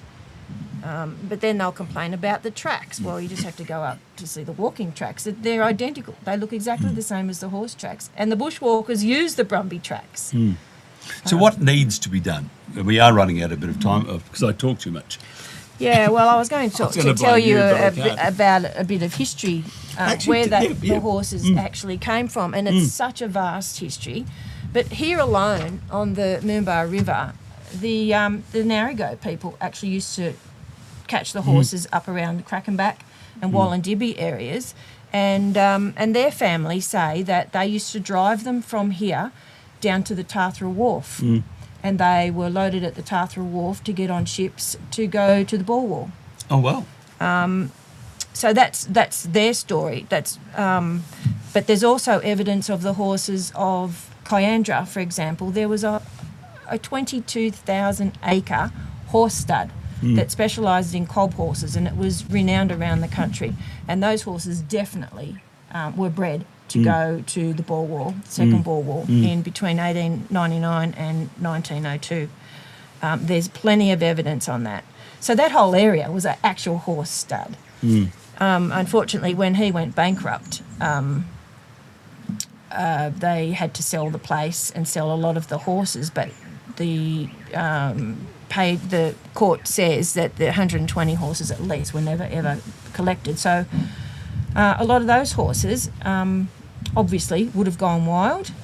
Back in those days there was no fencing or anything, so they would have been there, and there were still some cattle runs that were running around, so the horses would have been quite elusive and hard to catch. But today we even see traits in some of the Brumbies that go back, we think, go back to those horses. But there's stories like that all circumnavigating the whole park. And they want to get rid of that, though. Of course they do. And you don't see any of this history interpreted anywhere in the park's literature. You know, there should be signage about this used to be here. There was a hotel at Rules Point that everybody used to go to. There was up to 15,000 people lived at Kyandra in the late 1800s. 15,000 people, I mean, sorry. That's a lot. So every man and his dog would have had a horse. So if you think about 15,000, that's the size of Cooma. And it was probably only over a short time during the gold diggings. But in those days, everybody would have had a horse. That's 10,000 horses. That's an enormous amount. That's right. And so just across from the Kyandra courthouse that is existing now is a place called Wild Horse Plain. So they were renowned in those areas then. As I say, they didn't have fences. There's classifieds in the old newspapers saying how these horses are lost and I found a horse or whatever. So there were horses running around everywhere up there. I mean, there were 14 pubs, 13 I like that bakeries. part. How many pubs? 14. Yes, apparently. She could do a fortnight of a pub crawl. So, but now they're trying to tell us that this area is pristine and needs to be saved. No, and it's full of gold diggings. Yes. It's just the hypocrisy and the lies that are coming out, not so much from even the Jack Goff about that, but it's because they refuse to acknowledge it and talk about it. This is our history. But also, we do have to wrap it up pretty soon, but Chris Minns wants to make this into private, to have private companies come in to manage the park. But pesky horses, got to get rid of those pesky horses first of all. And I think what we do need is, first of all, those private companies do not need to come into the national park, and secondly, the one that should be exited should be the current government. Which leads me to the next thing is, many say that regardless of whether it's, say, Labor or the LNP or One Nation or whatever, it's still basically similar policies, just different faces. How do we stop? Well, first of all, we need more of Australians to understand what they're hearing are just pure lies, Jack, and we need to make sure they understand that what they're hearing from Jack is pure lies. But what do we do? How do we arrest this slide? Because there's another cull coming up in November, and if we have such few horses now, can you imagine what's going to happen after November? It'll be decimated. So how do we stop that cull? How do we say to the government, you need not to do this because you will not be voted in? I don't know how we can get through the noise, to the general population. I just don't know how to do that. But what do we do? Because we don't need any more killing of the horses. They are too much Australian. This is what we are all about, and we don't need any more of that. So what would you do? If you were the Prime Minister, heaven forbid, if you were the Prime Minister for a day, give it a week. Might as well let loose, baby. What would you do? Well, I'd sack a lot of people, that's for sure. A lot? A bloody lot of them. And it's mostly bureaucrats that are running the country. It is, and that's the thing. That's why the policies still remain the same, just different faces. Because the bureaucrats who are unelected, they are unelected, yet they will control what the politicians say. Absolutely. And people think it's Chris Minns or whether it's someone else or John Smith or whatever. It's the bureaucrats behind Chris who are Minns advising. is just a mouthpiece. He is. And, I mean, I've worked in 3 levels of government. You understand it. And I understand it and I see it. So what do we do then? You can't sack the whole lot of them. Well, but John Barilaro actually went and sacked a few people when he first came in. Yeah, but where's he now? Well, I'm not sure. I believe that he's actually working for a national senator in federal parliament. But, Good on him. But just as an example, when he did get to government, he actually did ask a few to leave out of National Parks hierarchy, I believe. But that's what needs to happen because the bureaucrats are running the country. It's not just national parks. And they inherit, no matter which side of government, they inherit. The bureaucrats stay the same. So that's why nothing changes. So and a lot of them are on more money than the actual members of parliament. So they are. Who's behind them? Yep. That's what would be interesting. I just wanted to bring to your attention, though, before we do finish up, that just up the hill here, that is called Silver Brumbie country. And that's where some really heritage types of horses were now. They just only a mile up from here was known as Thowra's Secret Valley for those people that have read the Silver Brumbie books. And, of course, they've all been shot now. And it's been so much of our history. And, like I said from the start, I think our ancestors would be just rolling in their graves. It makes you want to vomit. Yeah. It does. Yeah. Lisa, if somebody wants to find out more about you, give us a Facebook page or something. Snowy Mountains Horse Riders page. Horse Riders Association. We were established back in 1985 when we started lobbying the government because they kicked us out of the park overnight and underhandedly and hijacked our heritage. So we started back then. Then we used to run a day called the Mountain Muster annually for about 18 years. We ran that, and that was mountain racing and bush racing and that sort of thing.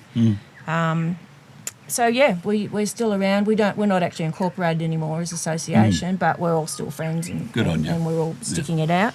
So besides that Facebook page, there's a Park Off page, which is very good, and it's very sad. And I have to tell you, when there are many out there, and all sorts of they're going to save the world and all sorts of things. We can't save the world. We're just here, just trying to have a conversation and some sort of determination. Well, I think it's awareness. I think so. Making people aware of what's really happening rather than listening to the propaganda and the garbage that they're getting from others. I mean, it's not even coming from the government. It's coming from these other lobbyists. I know, it's terrible. But they listen to them. Yeah. And it's well, they don't know any better. They don't know any different. That's the thing. Very sad indeed. Yeah. We have to call it quits. Okay. Now, but by the way, I talk more than you, but you're pretty good at it. I'll have a drink. Actually, good idea. Did you bring one? No. What? Cup of tea. I had a cup of tea. Well, I have to raid. I hear that Brett's got a nice little cellar somewhere here. Yeah, I'm bet. sure he has, but he's got it bolted, and he's standing guard with a 12 gauge, which is always a wise thing to do. This is the Country Telegraph. Thank you very much for joining us. This is a live broadcast from today. It's Jindabyne. We're covering the whole schmozzle, the abomination and the shooting of these beautiful creatures. Coming up next, we have a surprise for you. This is the Country Telegraph. Hey there, this is Ashley Avis. I am here on the ground in Australia, and I wanted to put out a message to anyone who's watching this. For anyone that has information surrounding the Brumby cull, anyone who has information about the shooting of the Palomino stallion and his family, and for anyone who is bold enough to speak, any of the shooters, anybody who has been a shooter, anyone in the parks that knows what is going on with the Brumbies is egregious and knows that this is wrong, I'd really like to talk to you. As a journalist, I can maintain confidentiality. We can distort your voice. We need people to stand up. And I also have a message for the individual who approached me a few days ago in Jindabyne at 6 a.m. within the BP station. The person who asked me if I was the girl on Facebook going on about the bloody Brumbies. It was very aggressive, and I think that somebody like you, if you are willing to talk to me about what your stance is on the Brumbies, we would like to hear from anyone who has information about what is going on in the park and anyone who is bold enough to speak, even if you don't agree with the compassionate solutions that we're putting forth.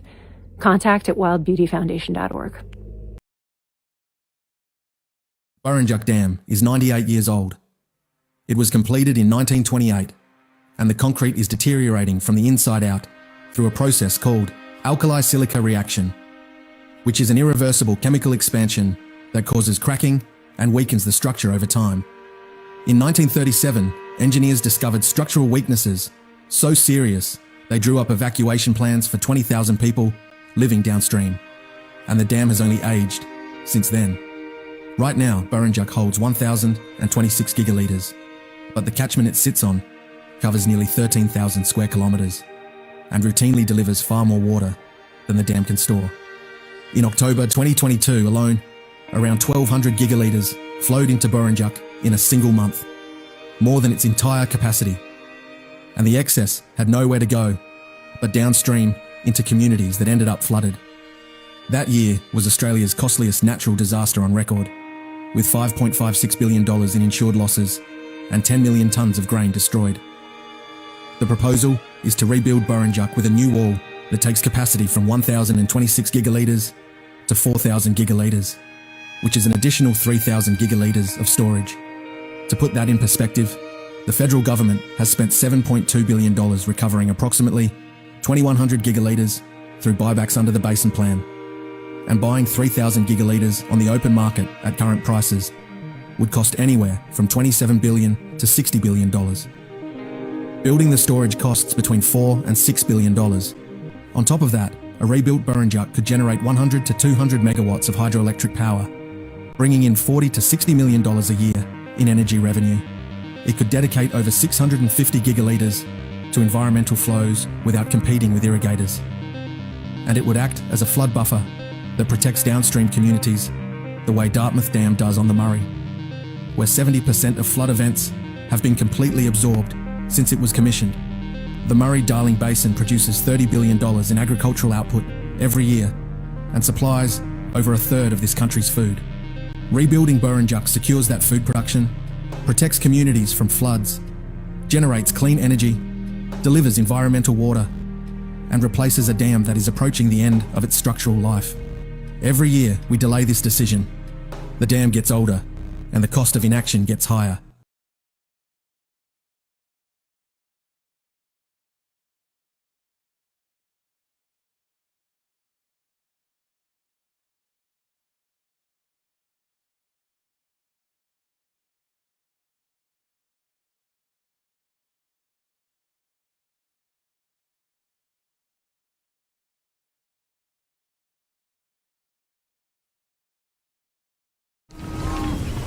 I didn't choose this life. I was born to live it. So was Dad, Pa, his dad, and his dad before that. Come on, ladies. You're supposed to be slowing down, you know. It's payback for the free labour you got out of me as a kid. Ah. I learned from watching my mum and dad and how they work together. So does my sister Sally. Any trains? Righto. Feet up. I'll always remember these days. It's the happiest days of my life. Together as a family. Oh, you're so lucky I love you. Really? Yeah. Is that about right, isn't it? I don't know how you're going to deal with all this.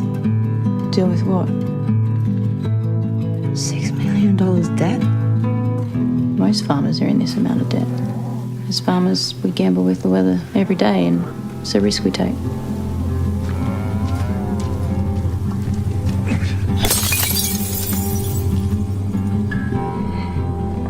You have no idea what I'm going through. Maybe you should talk to someone. Oh my God, no, I'm fine. No, you're not, Alison.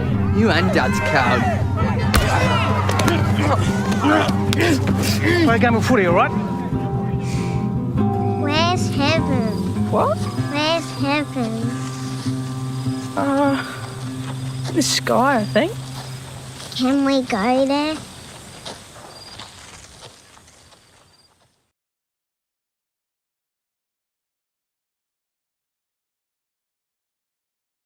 You could just push that button, Cam. There we are. Look at that. You had to find the 20-cent piece to put in it. Welcome back, by the way, to the Country Telegraph. Dunbar Wilkinson is a prominent fifth-generation Snowy Mountains grazier and cattle breeder. He's got a strong interest and expertise in agricultural land management and enhancing national biodiversity in the Australian high country. Dunbar is a former horsebreaker, stockman drover, bull catcher, and for 20 years was captain and senior deputy for his local bushfire brigade. Dunbar, thanks for joining us. Thanks for having me, Mike. Tell me about your thoughts on the cull and the proposed cull in November. Look, I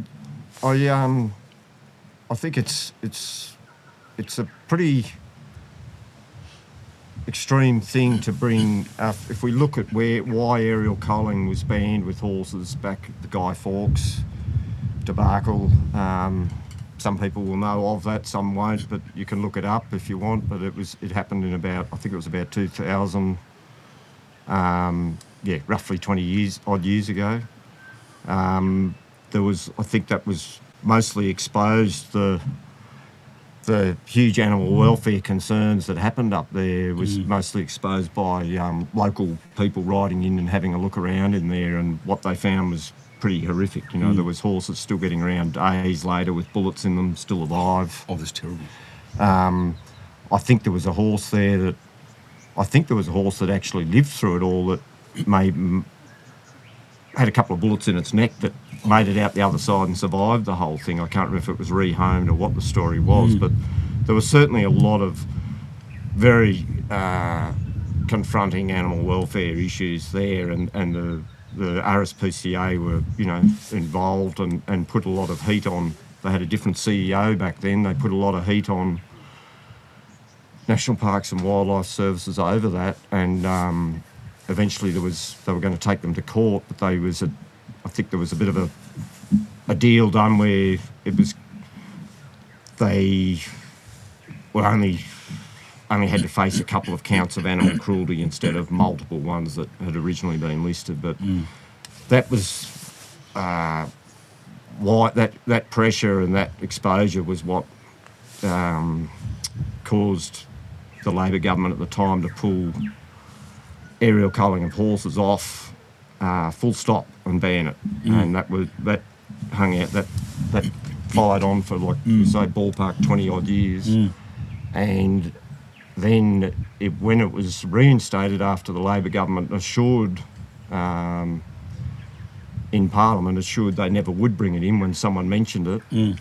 And some of the, I just can't remember the actual names now, but I can dig them up for you, but some of the other Labor people were quite offended about this insinuation that they would bring aerial culling back in, and they said, look, we've talked to firefighters that have flown up in the mountains there, and they've told us how extreme the updrafts and air currents are there, that there's no way we would be bringing aerial culling in there. I think their words were, they were quite offended that you would even suggest it, because that would, I'm not getting the actual words here, but along the lines of that would be too horrible to contemplate what would happen. And that was the Labor government saying that.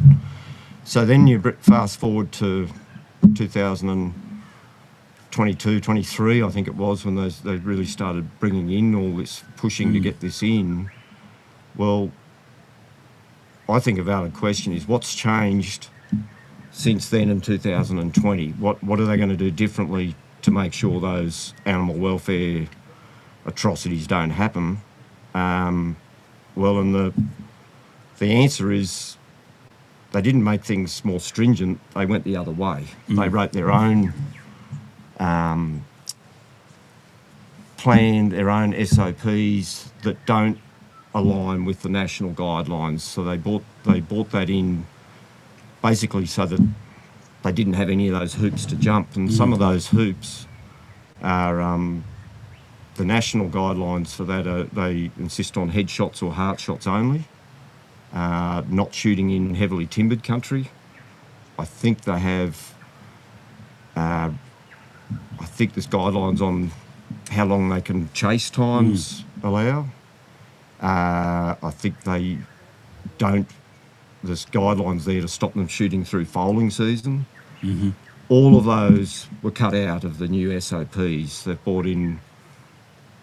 It's free for all. Basically, they can shoot in any timber they want. There's no one. There's no camera. The RSPCA. That was the one thing, check and balance. The RSPCA, as far as I understand, recommended they have cameras installed for animal welfare and transparency, and they've refused to use that. They're allowing chest shots anywhere.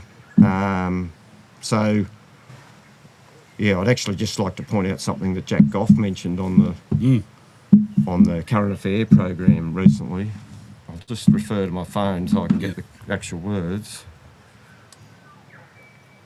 This is the best regulated and the most scrutinised feral animal control program in the world. I saw that. So I'd like to ask Jack Goff how he can square that with those things I've just mentioned. And when, as far as scrutinised, well, where are these cameras? If it's so humane, why aren't they using those cameras? And I've been told that they actually have cameras already on these choppers for firefighting purposes. So if that's correct, that's not even a good footage. But it's not great footage. Possibly not, but it would be something. And they're not even refusing to use that, for transparency. So if just then, from what you've told me, what would this then suggest? Well, it suggests that they're a law unto themselves. Really, they've brought in their own. They've made up their own SOPs, so they can pretty much do everything wrong and still get over the line, and still, with I guess a lot of propaganda, convince people like Jack Goff, promoting that as it's all humane. There's nothing to worry about. But I would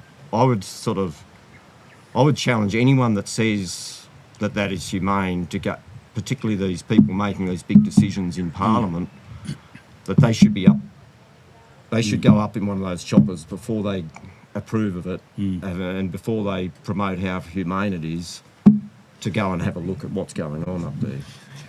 Peter Cochrane said to us that he thought we had probably about 800. That was a few weeks ago. Brumbies in the park, and so the 16,000 or was it 16.2 million 12-legged horse running around the place. Whatever. I mean, you know, whatever Jack thought, Jack would say. And so, if there are only 800, and that was a few weeks ago, and they continue the current rate of, for example, in November, the numbers will get down to, probably way below 400, I would think, which would resemble something that happened in the Bogong High Plains in Victoria, and eventually there'll be no more Brumbies. Now, when I actually hear about the culling of and the shooting of these animals, I think surely we've passed that point that we have to go and kill everything just to get numbers down, because these animals, they're not stupid, they're highly intelligent, they have all the emotions that you would expect, and yet we still go out and cruelly annihilate them.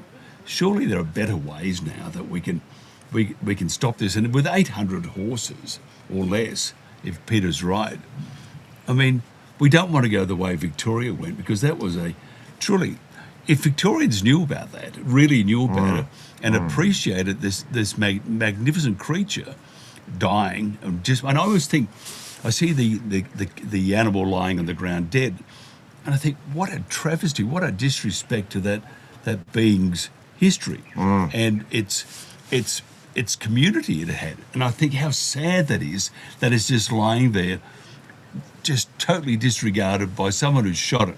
And I can't get my head around that. Well, I guess it's particularly that, it's being pushed so much that this is an urgency, by these promoters of it, that's such an urgent thing. Just bullshit, isn't it? It is, there's not that urgency, there's not those numbers, and I think that's where a lot of people are really worried, because they don't have this government has given them no reason to have any confidence in their word, in their judgment whatsoever, particularly, the likes of getting back to numbers. If everyone knew they were straight talkers and they had confidence in those counts, I guess that would be some reassurance. Look, we're not happy about what you're doing, but at least you're going to leave a viable population left. But that's not what they say.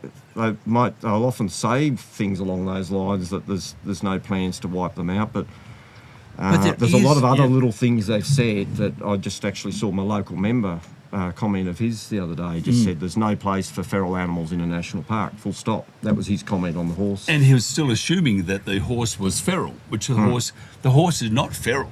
That's just a name that's been attributed to the horse by people who want to get rid of the horse. The Brumbie, to call the Brumbie feral, I think that is just, I've never heard of such shit in my life. Excuse the French, I don't mean to do that, but I haven't heard of such garbage in my life. I've heard plenty worse, Mike, but you can't refer to them as that. Well, it's just pretty, it's very calculated, isn't it? That term only seems to have been bandied around quite lately. It almost sounds like they're dirty suddenly, like the vermin of the bush. And that's, like I've said to you before, and the majority of people that are concerned about this, it doesn't have to be all or nothing. We're not saying no management involved. You've talked about the birth control technology. There's rehoming that could, if there was the money spent on these other programs that's been put into these aerial culling programs, we'd be so much further. 8 million. And that's quite a lot. There's been a lot of shooting since that 8-point-something million, so we don't know where that's at now. I did a calculation. I went through just a bit of research, thinking, how can you control the horses without shooting them? And one of them was the programs. When they're young, you can make them less fertile, and it worked out. It was $550 $450 to $550. That's what it cost. So if you said there were 800 foot, so 400, say, male horses there, if you said there were still under 4 million. So you have the saving of, at least 6 or 7 million. Now, I could be wrong there. They say as a horse gets older, you can't do some things, but science is really good. Bullets are not. Well, I know you may have heard this from some of the other people you've talked to, but I know in the lead up to this last cull here that we had, the rehomers, various rehomers, between all of them, they had orders in with national parks for 90 horses, and they weren't given them, and that was in the lead up to this cull. So I don't know what's going on there, where they just were ignoring those. They said they're not available, but they're available to go and shoot them a month. There's just not much there to give local people or concerned people any confidence in how this is being managed. And we all know that the Invasive Species Council are a cancer. Why would local rangers align with them against other locals? I don't understand that, because they know they're part of the community. Yeah, I don't know whether I can really answer that for you, Mike. There might be somebody else better placed to answer that. But I think that one factor is there is not nearly as many rangers that are long-term locals. That's not to say they're not there, because they are. And I've got good friends that are rangers. There's some good people in that service. But I think there's been a change over the last 30-odd years, where there's a lot less of people that are staying in a community with their ranger career throughout their life, and that's I think that's sort of that plays out a bit as far as just doing a quick zigzag here, but as far as some of the concerns, I think we'll get onto them later with fire, bushfire management. That's something that I guess it's a real worry and a bit of a beef for a lot of locals, that particularly with these bigger fires, on top of a workforce, local workforce that not necessarily are particularly local. Then you bring in, at a bigger fire, they bring in a lot of staff from elsewhere. Well, I'm not sure of how all but I'm pretty sure they get pretty healthy overtime on the weekends, possibly other fringe benefits for being away from home. Yes. That's not a. They don't. They're on a different footing to people living in those communities, joining those national parks, that have a lot of skin in the game. They've got families, they've got livestock, they've got fences, they've got everything they own in the path of these fires that come. With this poor fire management in these parks, it's just a matter of when, not if. So how important then are horses for controlling, for fire management, not controlling the fire itself? Well, I touched on that in that last interview with you, that I think they're just so overlooked. They're one of the most overlooked factors there. I just think that they're a real resource. If they were managed properly, there could be so much done, and I'd like to see some research into that. Once again, getting back to this money spent on killing things, spend some money on seeing what actually is really going on with those effects, with those endangered species from the horses versus horses being able to mitigate fire, which, as far as I'm aware, most people that really know a lot about, that are really sort of up on this study with these endangered species, I think the majority of them would agree one of the biggest threats facing them is fire, is big fire. So why not, before we just shoot these horses to kingdom come, look at some of these things that can be done to mitigate fire with them. And I mentioned to you that I think part of the numbers have built up, since locals weren't allowed to manage those horses. They did build up, particularly in some areas, which, it wasn't a great representation of horses in the landscape. I think some of the national parks, trapping might have exaggerated that a bit, where they were putting lick out in various yards that weren't so far apart. So it was creating a bit of a magnet for horses to be congregating in bigger numbers than they normally would. But yeah, if you could get a pack horse, take Salt up into some of these ridge lines where we've got a lot of regrowth from these fires, get these horses, instead of being so comfy and hanging around these riparian zones, get them working up into that timber country, walking tracks into there and grazing some of those longer unpalatable grasses in the gullies up there, because if you get a Brumbie pad, particularly if you can get them following a ridge line along the top of the watershed, it gives you a lot of a big head start if you're trying to deal with a lightning strike up in that country. And those ridge lines are more prone to lightning strike than out in the open plains, just because of the closer point of contact electrically, plus I think there's a higher mineral content in the rocks up on the ridges, so they're more attractive to lightning strikes. Here's one thing, because first of all, I think the renewables are a scam. And I look at the wind turbines and I think how to destroy our beautiful landscape. If you look at the Great Dividing Range, they're raising parts of the top of it off to put these monstrosities there, thousands of wildlife hated, blah, blah, blah. All that sort of stuff kills the wildlife. However, they haven't got roads. There's many hundreds of kilometres without tracks. This is where the Brumbie is absolutely superb and get to places. Now, if you have a lightning strike, you can't get in, you can't do aerial because the things are too tall. Well, they even with, there is, I don't know if you've heard of the RAFT teams, that stands for Remote Area Firefighting Teams. No, I haven't actually. And I think, I haven't had a hell of a lot to do with them myself. I did look into doing it at one stage. It was mentioned at one of our local brigade meetings that if you're interested in joining up, there's quite a stringent fitness test involved. And the way I understand that operates, if you've got a lightning strike up in some inaccessible country, they can get a chopper in there and winch a team in there. I can't remember exactly, but I think ballpark it was probably 4 to half a dozen people. One of them will have a leaf blower, one of them have a chainsaw, one of them may, or a couple of McLeod tools, fire rakes, and they can get in there potentially, particularly when conditions are milder, which they often are after a lightning strike, in that window period before the next day or two when things warm up.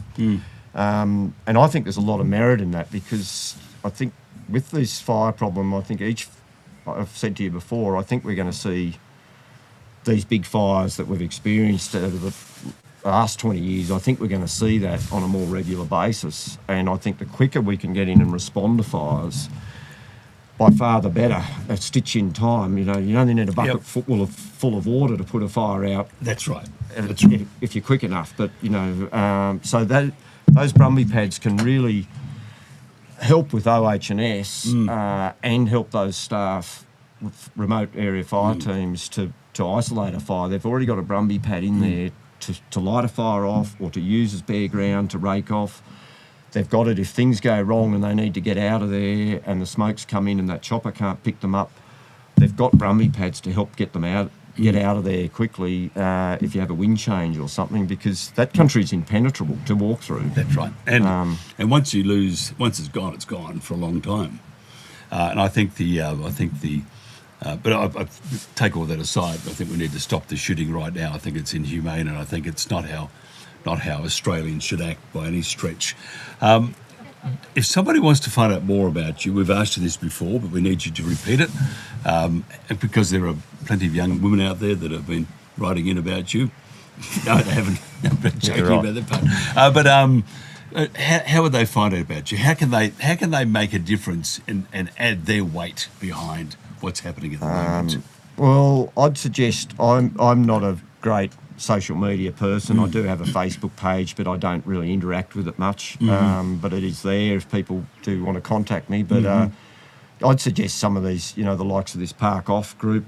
I think Burnsy might have mentioned it to you. They're pretty good, aren't they? Yeah, and there's various. You'll see other people that have written in there that make a lot of sense in what they're saying, and you know, you can make contact with them too to broaden the net. You know? I think so too.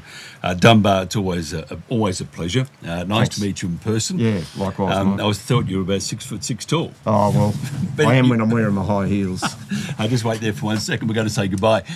This is the Country Telegraph. Coming up next, not Rocky Balboa, but somebody pretty close to a Rocky here at the Country Telegraph.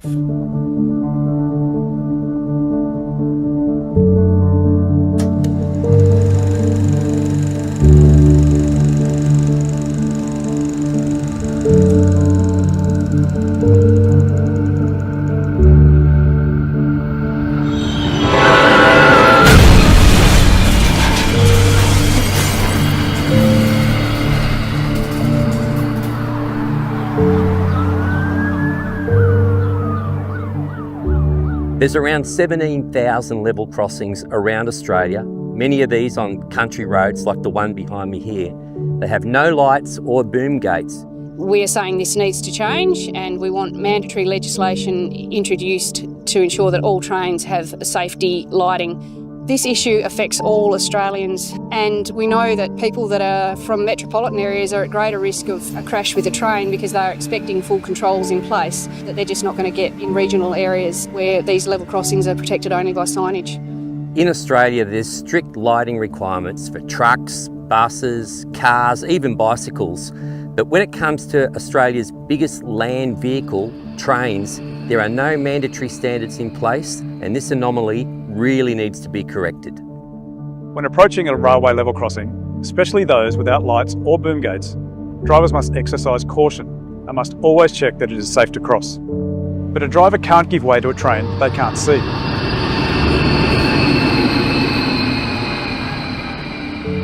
The rail industry is very profitable, powerful and protected.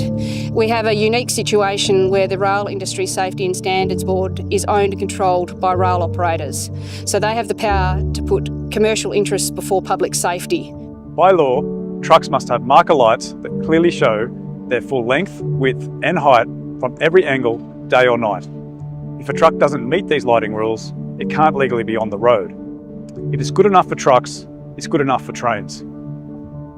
If those changes had been made back then, we would still have our family members today. Instead, we have to watch on while other families go through these completely preventable tragedies. Something as simple, as cheap and affordable as a beacon light could have saved 3 precious, beautiful lives in our particular crash.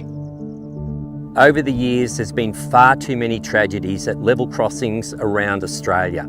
And on behalf of the many families and communities affected, I really do appeal to our government and to industry to support mandatory safety lighting on all trains.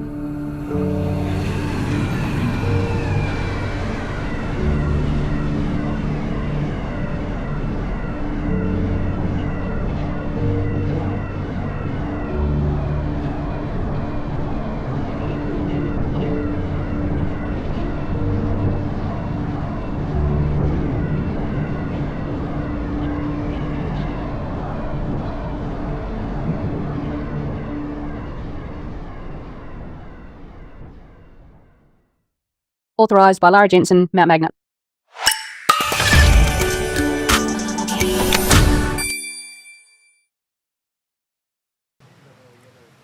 And welcome back to the Country Telegraph. I'm Mike Ryan. I've got this guy here next to me. All he wants is something out of the Western. I mean, truly, I love that moustache. We'll find out more about that in a second and many other things. Our guest is Rocky Harvey, Jindabyne businessman, park user, horse rider. Rocky's passion for trout fishing and hunting drew him to the Australian snowy mountains, where he met his other love. I was going to thought it might have been a horse for a second, but a wonderful horse riding woman. That led to the cowboy hat, Cuban heels. Yep, a horse named Jesus, and eventually a moustache that, if Jesus had his way, would not be there. That's actually not true. If my wife had her way, it would not be there. All right. Forgive me. Now, they shared a frustration that the Australian Alps, despite their European climate and cultural connections, had very little truly local produce.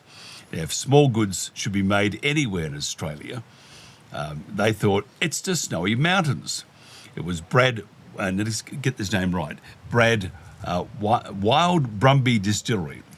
That's right, Brad Wild Brumby Distillery, after declaring that their best produce was feral, trout, deer, rabbit and weeds. Brad challenged society members to bring a plate of something feral to drinks each Sunday afternoon. Rocky took up the challenge, plating up venison in the form of salami, carpaccio, sausages. Were they good sausages? What sort of a question is that? Sorry about that. Some good sausages. Snaggers, by the way, and dry cured and also trout and rabbit dishes, many made with wild Brumby gin botanicals. And therefore, Rock Stock Dally was born. Rocky, greetings. You too, Mike. Is that a real moustache? Do you want to pull it? No, you'll punch me.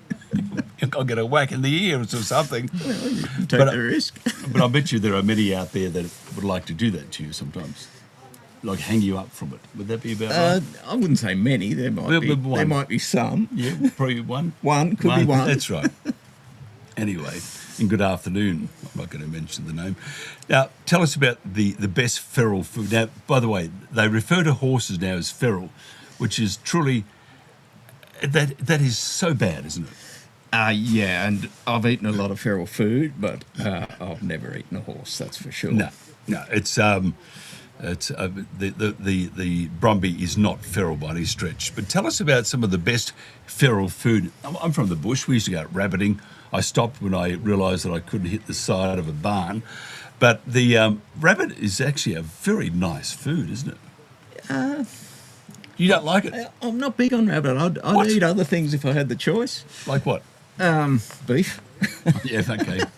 But look, I've eaten heaps of feral food, and we used to have a lot of fun with it at the distillery. Mm-hmm. We'd go down a Sunday afternoon, and you mentioned weeds. We did eat wild watercress, deep fried dandelions. Oh, I love that. But you can deep fry anything. You batter it, crumb it, deep fry it. You can deep fry a beer box, and it comes up all right. Great. Next time we mow our lawn, we'll just send it down to you. All right. But tell us about the, some of the great dishes that you've cooked using the feral produce here. God, because tell us if I came into your cafe and I said I want something really flash, what would you give me? Look, we still do venison sausages, and so we buy it in. Obviously, as a commercial venture, we can't pick them up off the side of the road or anything. But yeah, there's guys around who harvest it commercially, and so I do venison sausages, like Italian style sausages. A lot of the stuff we do in the shop now is not feral food based. It certainly was the inspiration of working with Brad at the distillery and all the neighbours at the time. But God, we ate venison certainly starred in our feral food society. We ate that every which way. Raw in salamis. Yeah, carpaccio. You put a good sauce. Poor Bambi. Poor cows, poor sheep. Stop it. But I always think of that little... Anyway, that's another story. Sorry, I won't go there. On to some serious stuff. Dick Roberts, a member of Parkhoff, wrote recently, Australians need to ask a much bigger question. What are our national parks actually for? What are they for? Well, in theory, they're for the people and for the people to use. What do they become? What they've become is locked up land that's not managed. There's this. It seems to me that parks have a concept that you just lock it up and it's going to somehow revert to its pristine former state. But when it's much of this land's been grazed, been decimated by fires, and not managed. Like it was traditionally managed for a lot of years. The fuel loads. The traditional owners would burn country. And it's a lot of people talk about using the traditional techniques, but there is the issues. I was chatting to a guy who was in bushfire all his life, and he said, one of the big differences now why we can't use just a pure traditional technique is we have assets. We have roads, power lines, huts, and it adjoins private land where there's, people's houses and stuff. So, it is tricky, but, I believe that national parks are now managing or mismanaging or not managing way too much land. They don't have the resources, even though they've got a huge amount of resources and are actually professional athletes in wasting money. They don't manage it. A lot of this country is just locked up and not touched, and so then we see, like people like to blame the climate change and everything, but these catastrophic bushfires are about fuel loads. You break it, break it back to the real basics. You don't have giant fires unless you've got a lot of fuel. And that's just a classic example of their, this concept they have of just locking it up, and then locking it up for what? Even if you go to Victoria, their parks are a lot more accessible than ours. There's a lot more accessible fire trails through them, and it's just such a bizarre management technique that they're applying.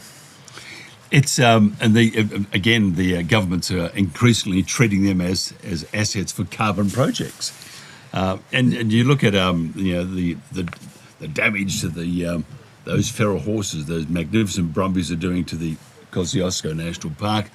If you look at Snowy 2.0, it's got a little bit of damage too, isn't it? It's just a tiny bit.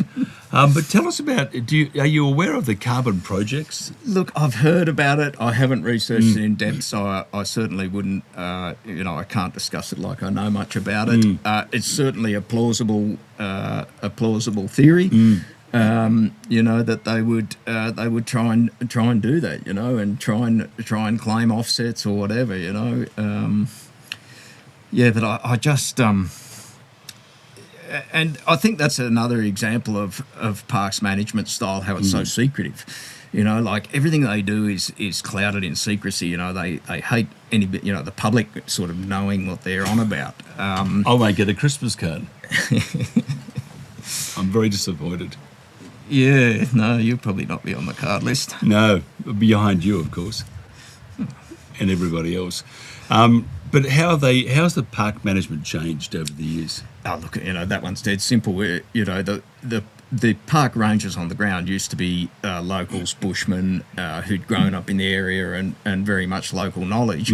Whereas now the guys on the grounds, the yellow shirt guys who just come around, clean the toilets and drive around pointlessly. They're sort of more realistic, but the guys making the decisions are just uni grads, and the bulk of these decisions are made from Sydney. Like they're made in offices. They're not made by, people who are out in the country and know the country, And it's, people like us who spend, every weekend and weeks at a time out in the park and really know it. And yet, there's no... if they have a public consultation, I think they, get a bunch of papers and then just file it in the bottom drawer and they don't take any notice of the traditional owners either. No. It's just box ticking, and they, I think you're going to have a chat to Andrew Wildsmith, he's an ARIO fella. They just ignore them as well. It's just, and that's one of the things that really frustrates me is that, there's such arrogance in the management techniques, and this goes, all the upper management right through to the minister. The heli shoot, the last really big one, where they seriously, that wasn't a heli shoot, that was a massacre. They did that while there was a parliamentary inquiry into heli shooting ongoing. And, the arrogance of a minister... So they didn't give a rat's. They don't care. Like, they just, and that goes across the board, like their management techniques, they don't take on board advice. They just, they've got their agenda and they do whatever the hell they want, So how do we arrest that development? Change of government. Yeah, but many say that because the bureaucrats, they're the ones that... that's right, but it needs a change of government, a strong government that actually restructures parks. That's what I would really like to see, and it would need a real shake-up because the whole of Parks upper management is all of the same ilk. You know, I've heard of people talk about in Parks, talk about, oh, you know, I sort of got moved on because I didn't take the injection, which is the, you know, their way of saying you didn't fit into to the picture. And so they've created, you know, a whole upper management that are all the same type of people. How do we restructure the park? Restructure the park or the staff? Well, the staff, even the staff. But do we, with the staff, you're going to come, do we need to go back to what we used to be? Look, I don't think it's a matter of going back. It's always got to be going forward. But what you need to do is, you know, give upper management instructions, you know, and it would require, you know, new legislation too, I think, you know, to say, okay, we need to manage the parks a different way. You know, we need to, you know, take on board local advice, you know, have local panels. And they've done sort of, you know, local panels, but, you know, like I said, they just file it. You know, they just go through the motions and probably have a giggle back at the office and chuck it in the bin. But you know, it would need a strong government, you know, to really, you know, take up the people's cause. You know, and I think politically, the political environment right now is about as good as it has been for a long time to potentially see some sort of change. You know. And we have this very keen to change our history or our what made Australia Australians. I mean, you know, when you grew up, you probably around Ned Kelly. No, actually, I was around Ned Kelly. Sorry about that. But I'm just thinking how it's all changed. I mean, we used to, those that had knowledge, for example, of the land, of the Kosciuszko National Park, for example, they would be listened to.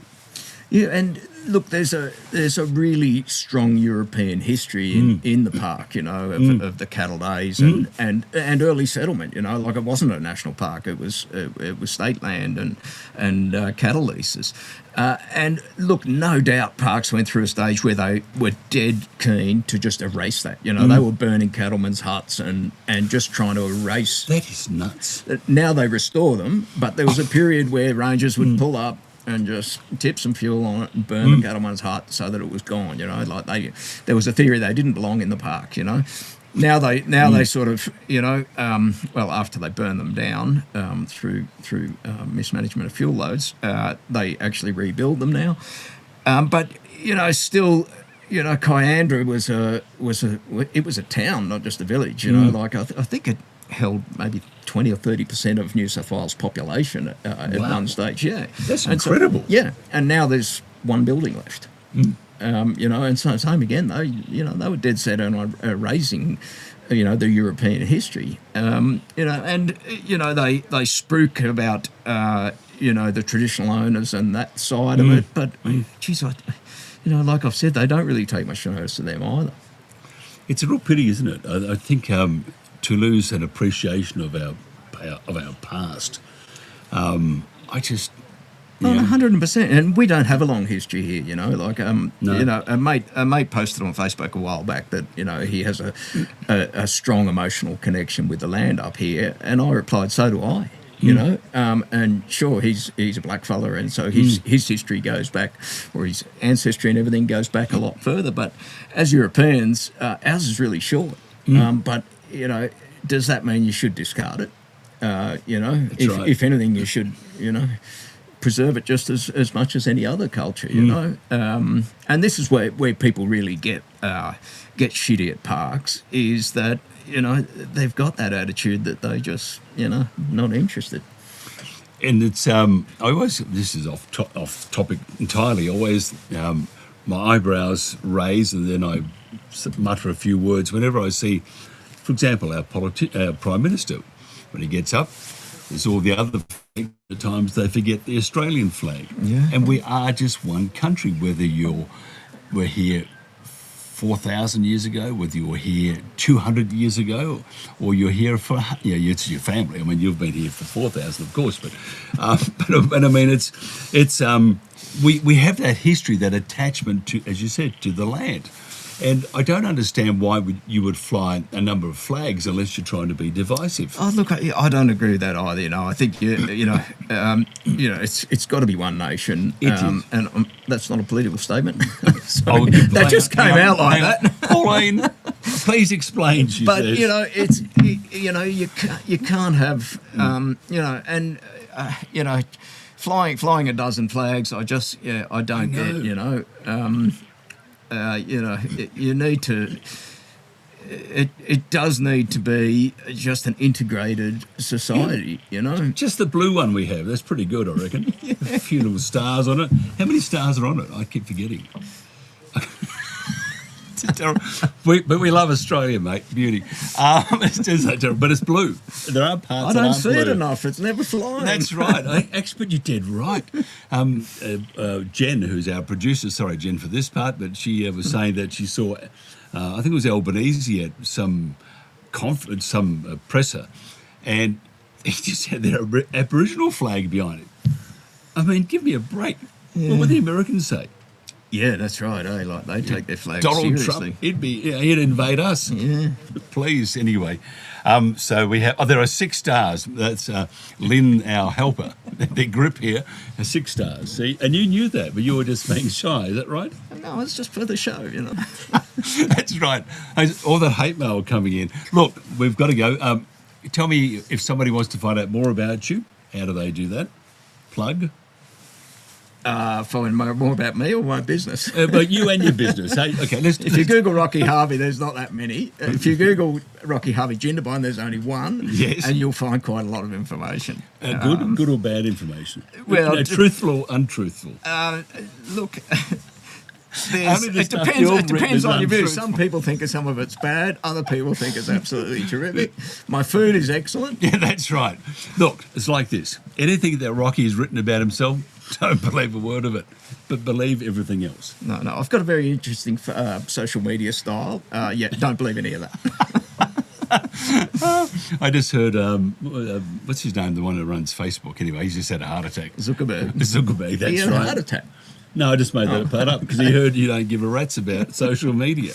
No, I use social media all the time. Elon, sorry. We used to have Elon Musk's father on our show every week. Yeah, right. Yeah, we were bad boys. But that's another story, and that's about it. We've got to say goodbye because we've been going for a long time. I'm going to play a song in a second. My favourite song, and I think it really encapsulates what's happening at the moment at the Kosciuszko National Park and the Brumbies. First of all, Rocky, thank you very much. You're welcome, mate. Where did you buy that from, that moustache? No, it's real. Cow shit in it. It's nice. Does it really? It smells good too. I would imagine that the missus wouldn't want to kiss you a whole lot. That's her excuse. Look, thank you so much for your company. You're welcome, mate.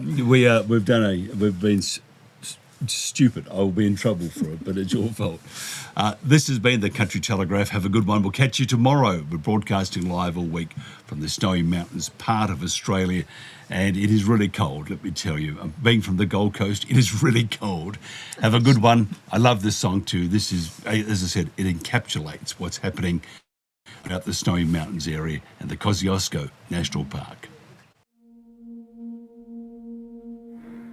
Tell my fool I kept on running.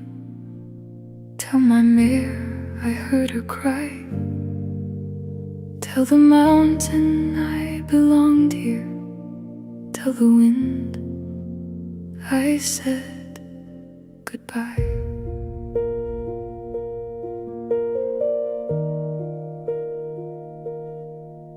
Brumby hoof prints etched for generations in the snow. I've watched the foals become the mares, the stallions old and slow. Here in the snowy mountains, where my life began, across hills, ridges and open plains, my fellow Brumbies ran.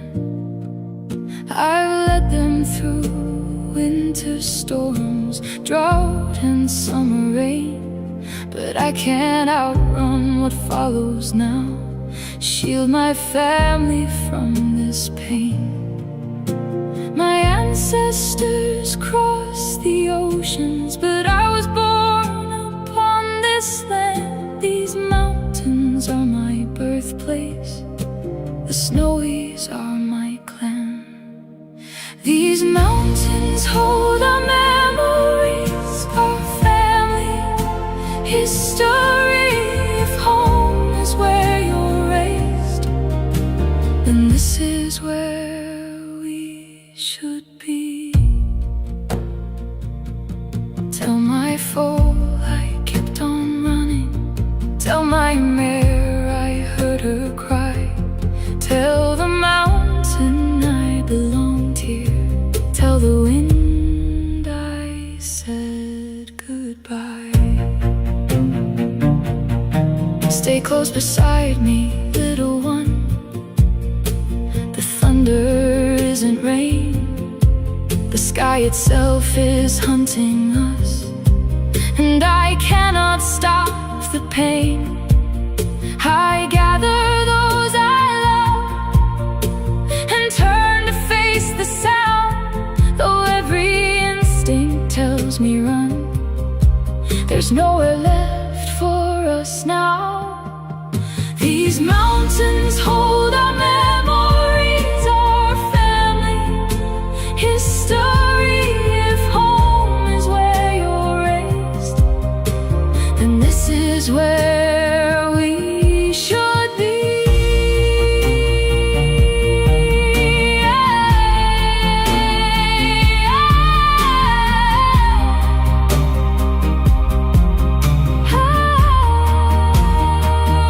I don't know the reason. I hear the echo of final sound, deadly thunder overhead as I fall upon the ground. Thunder again and again. My heart grows quiet as bullets rain.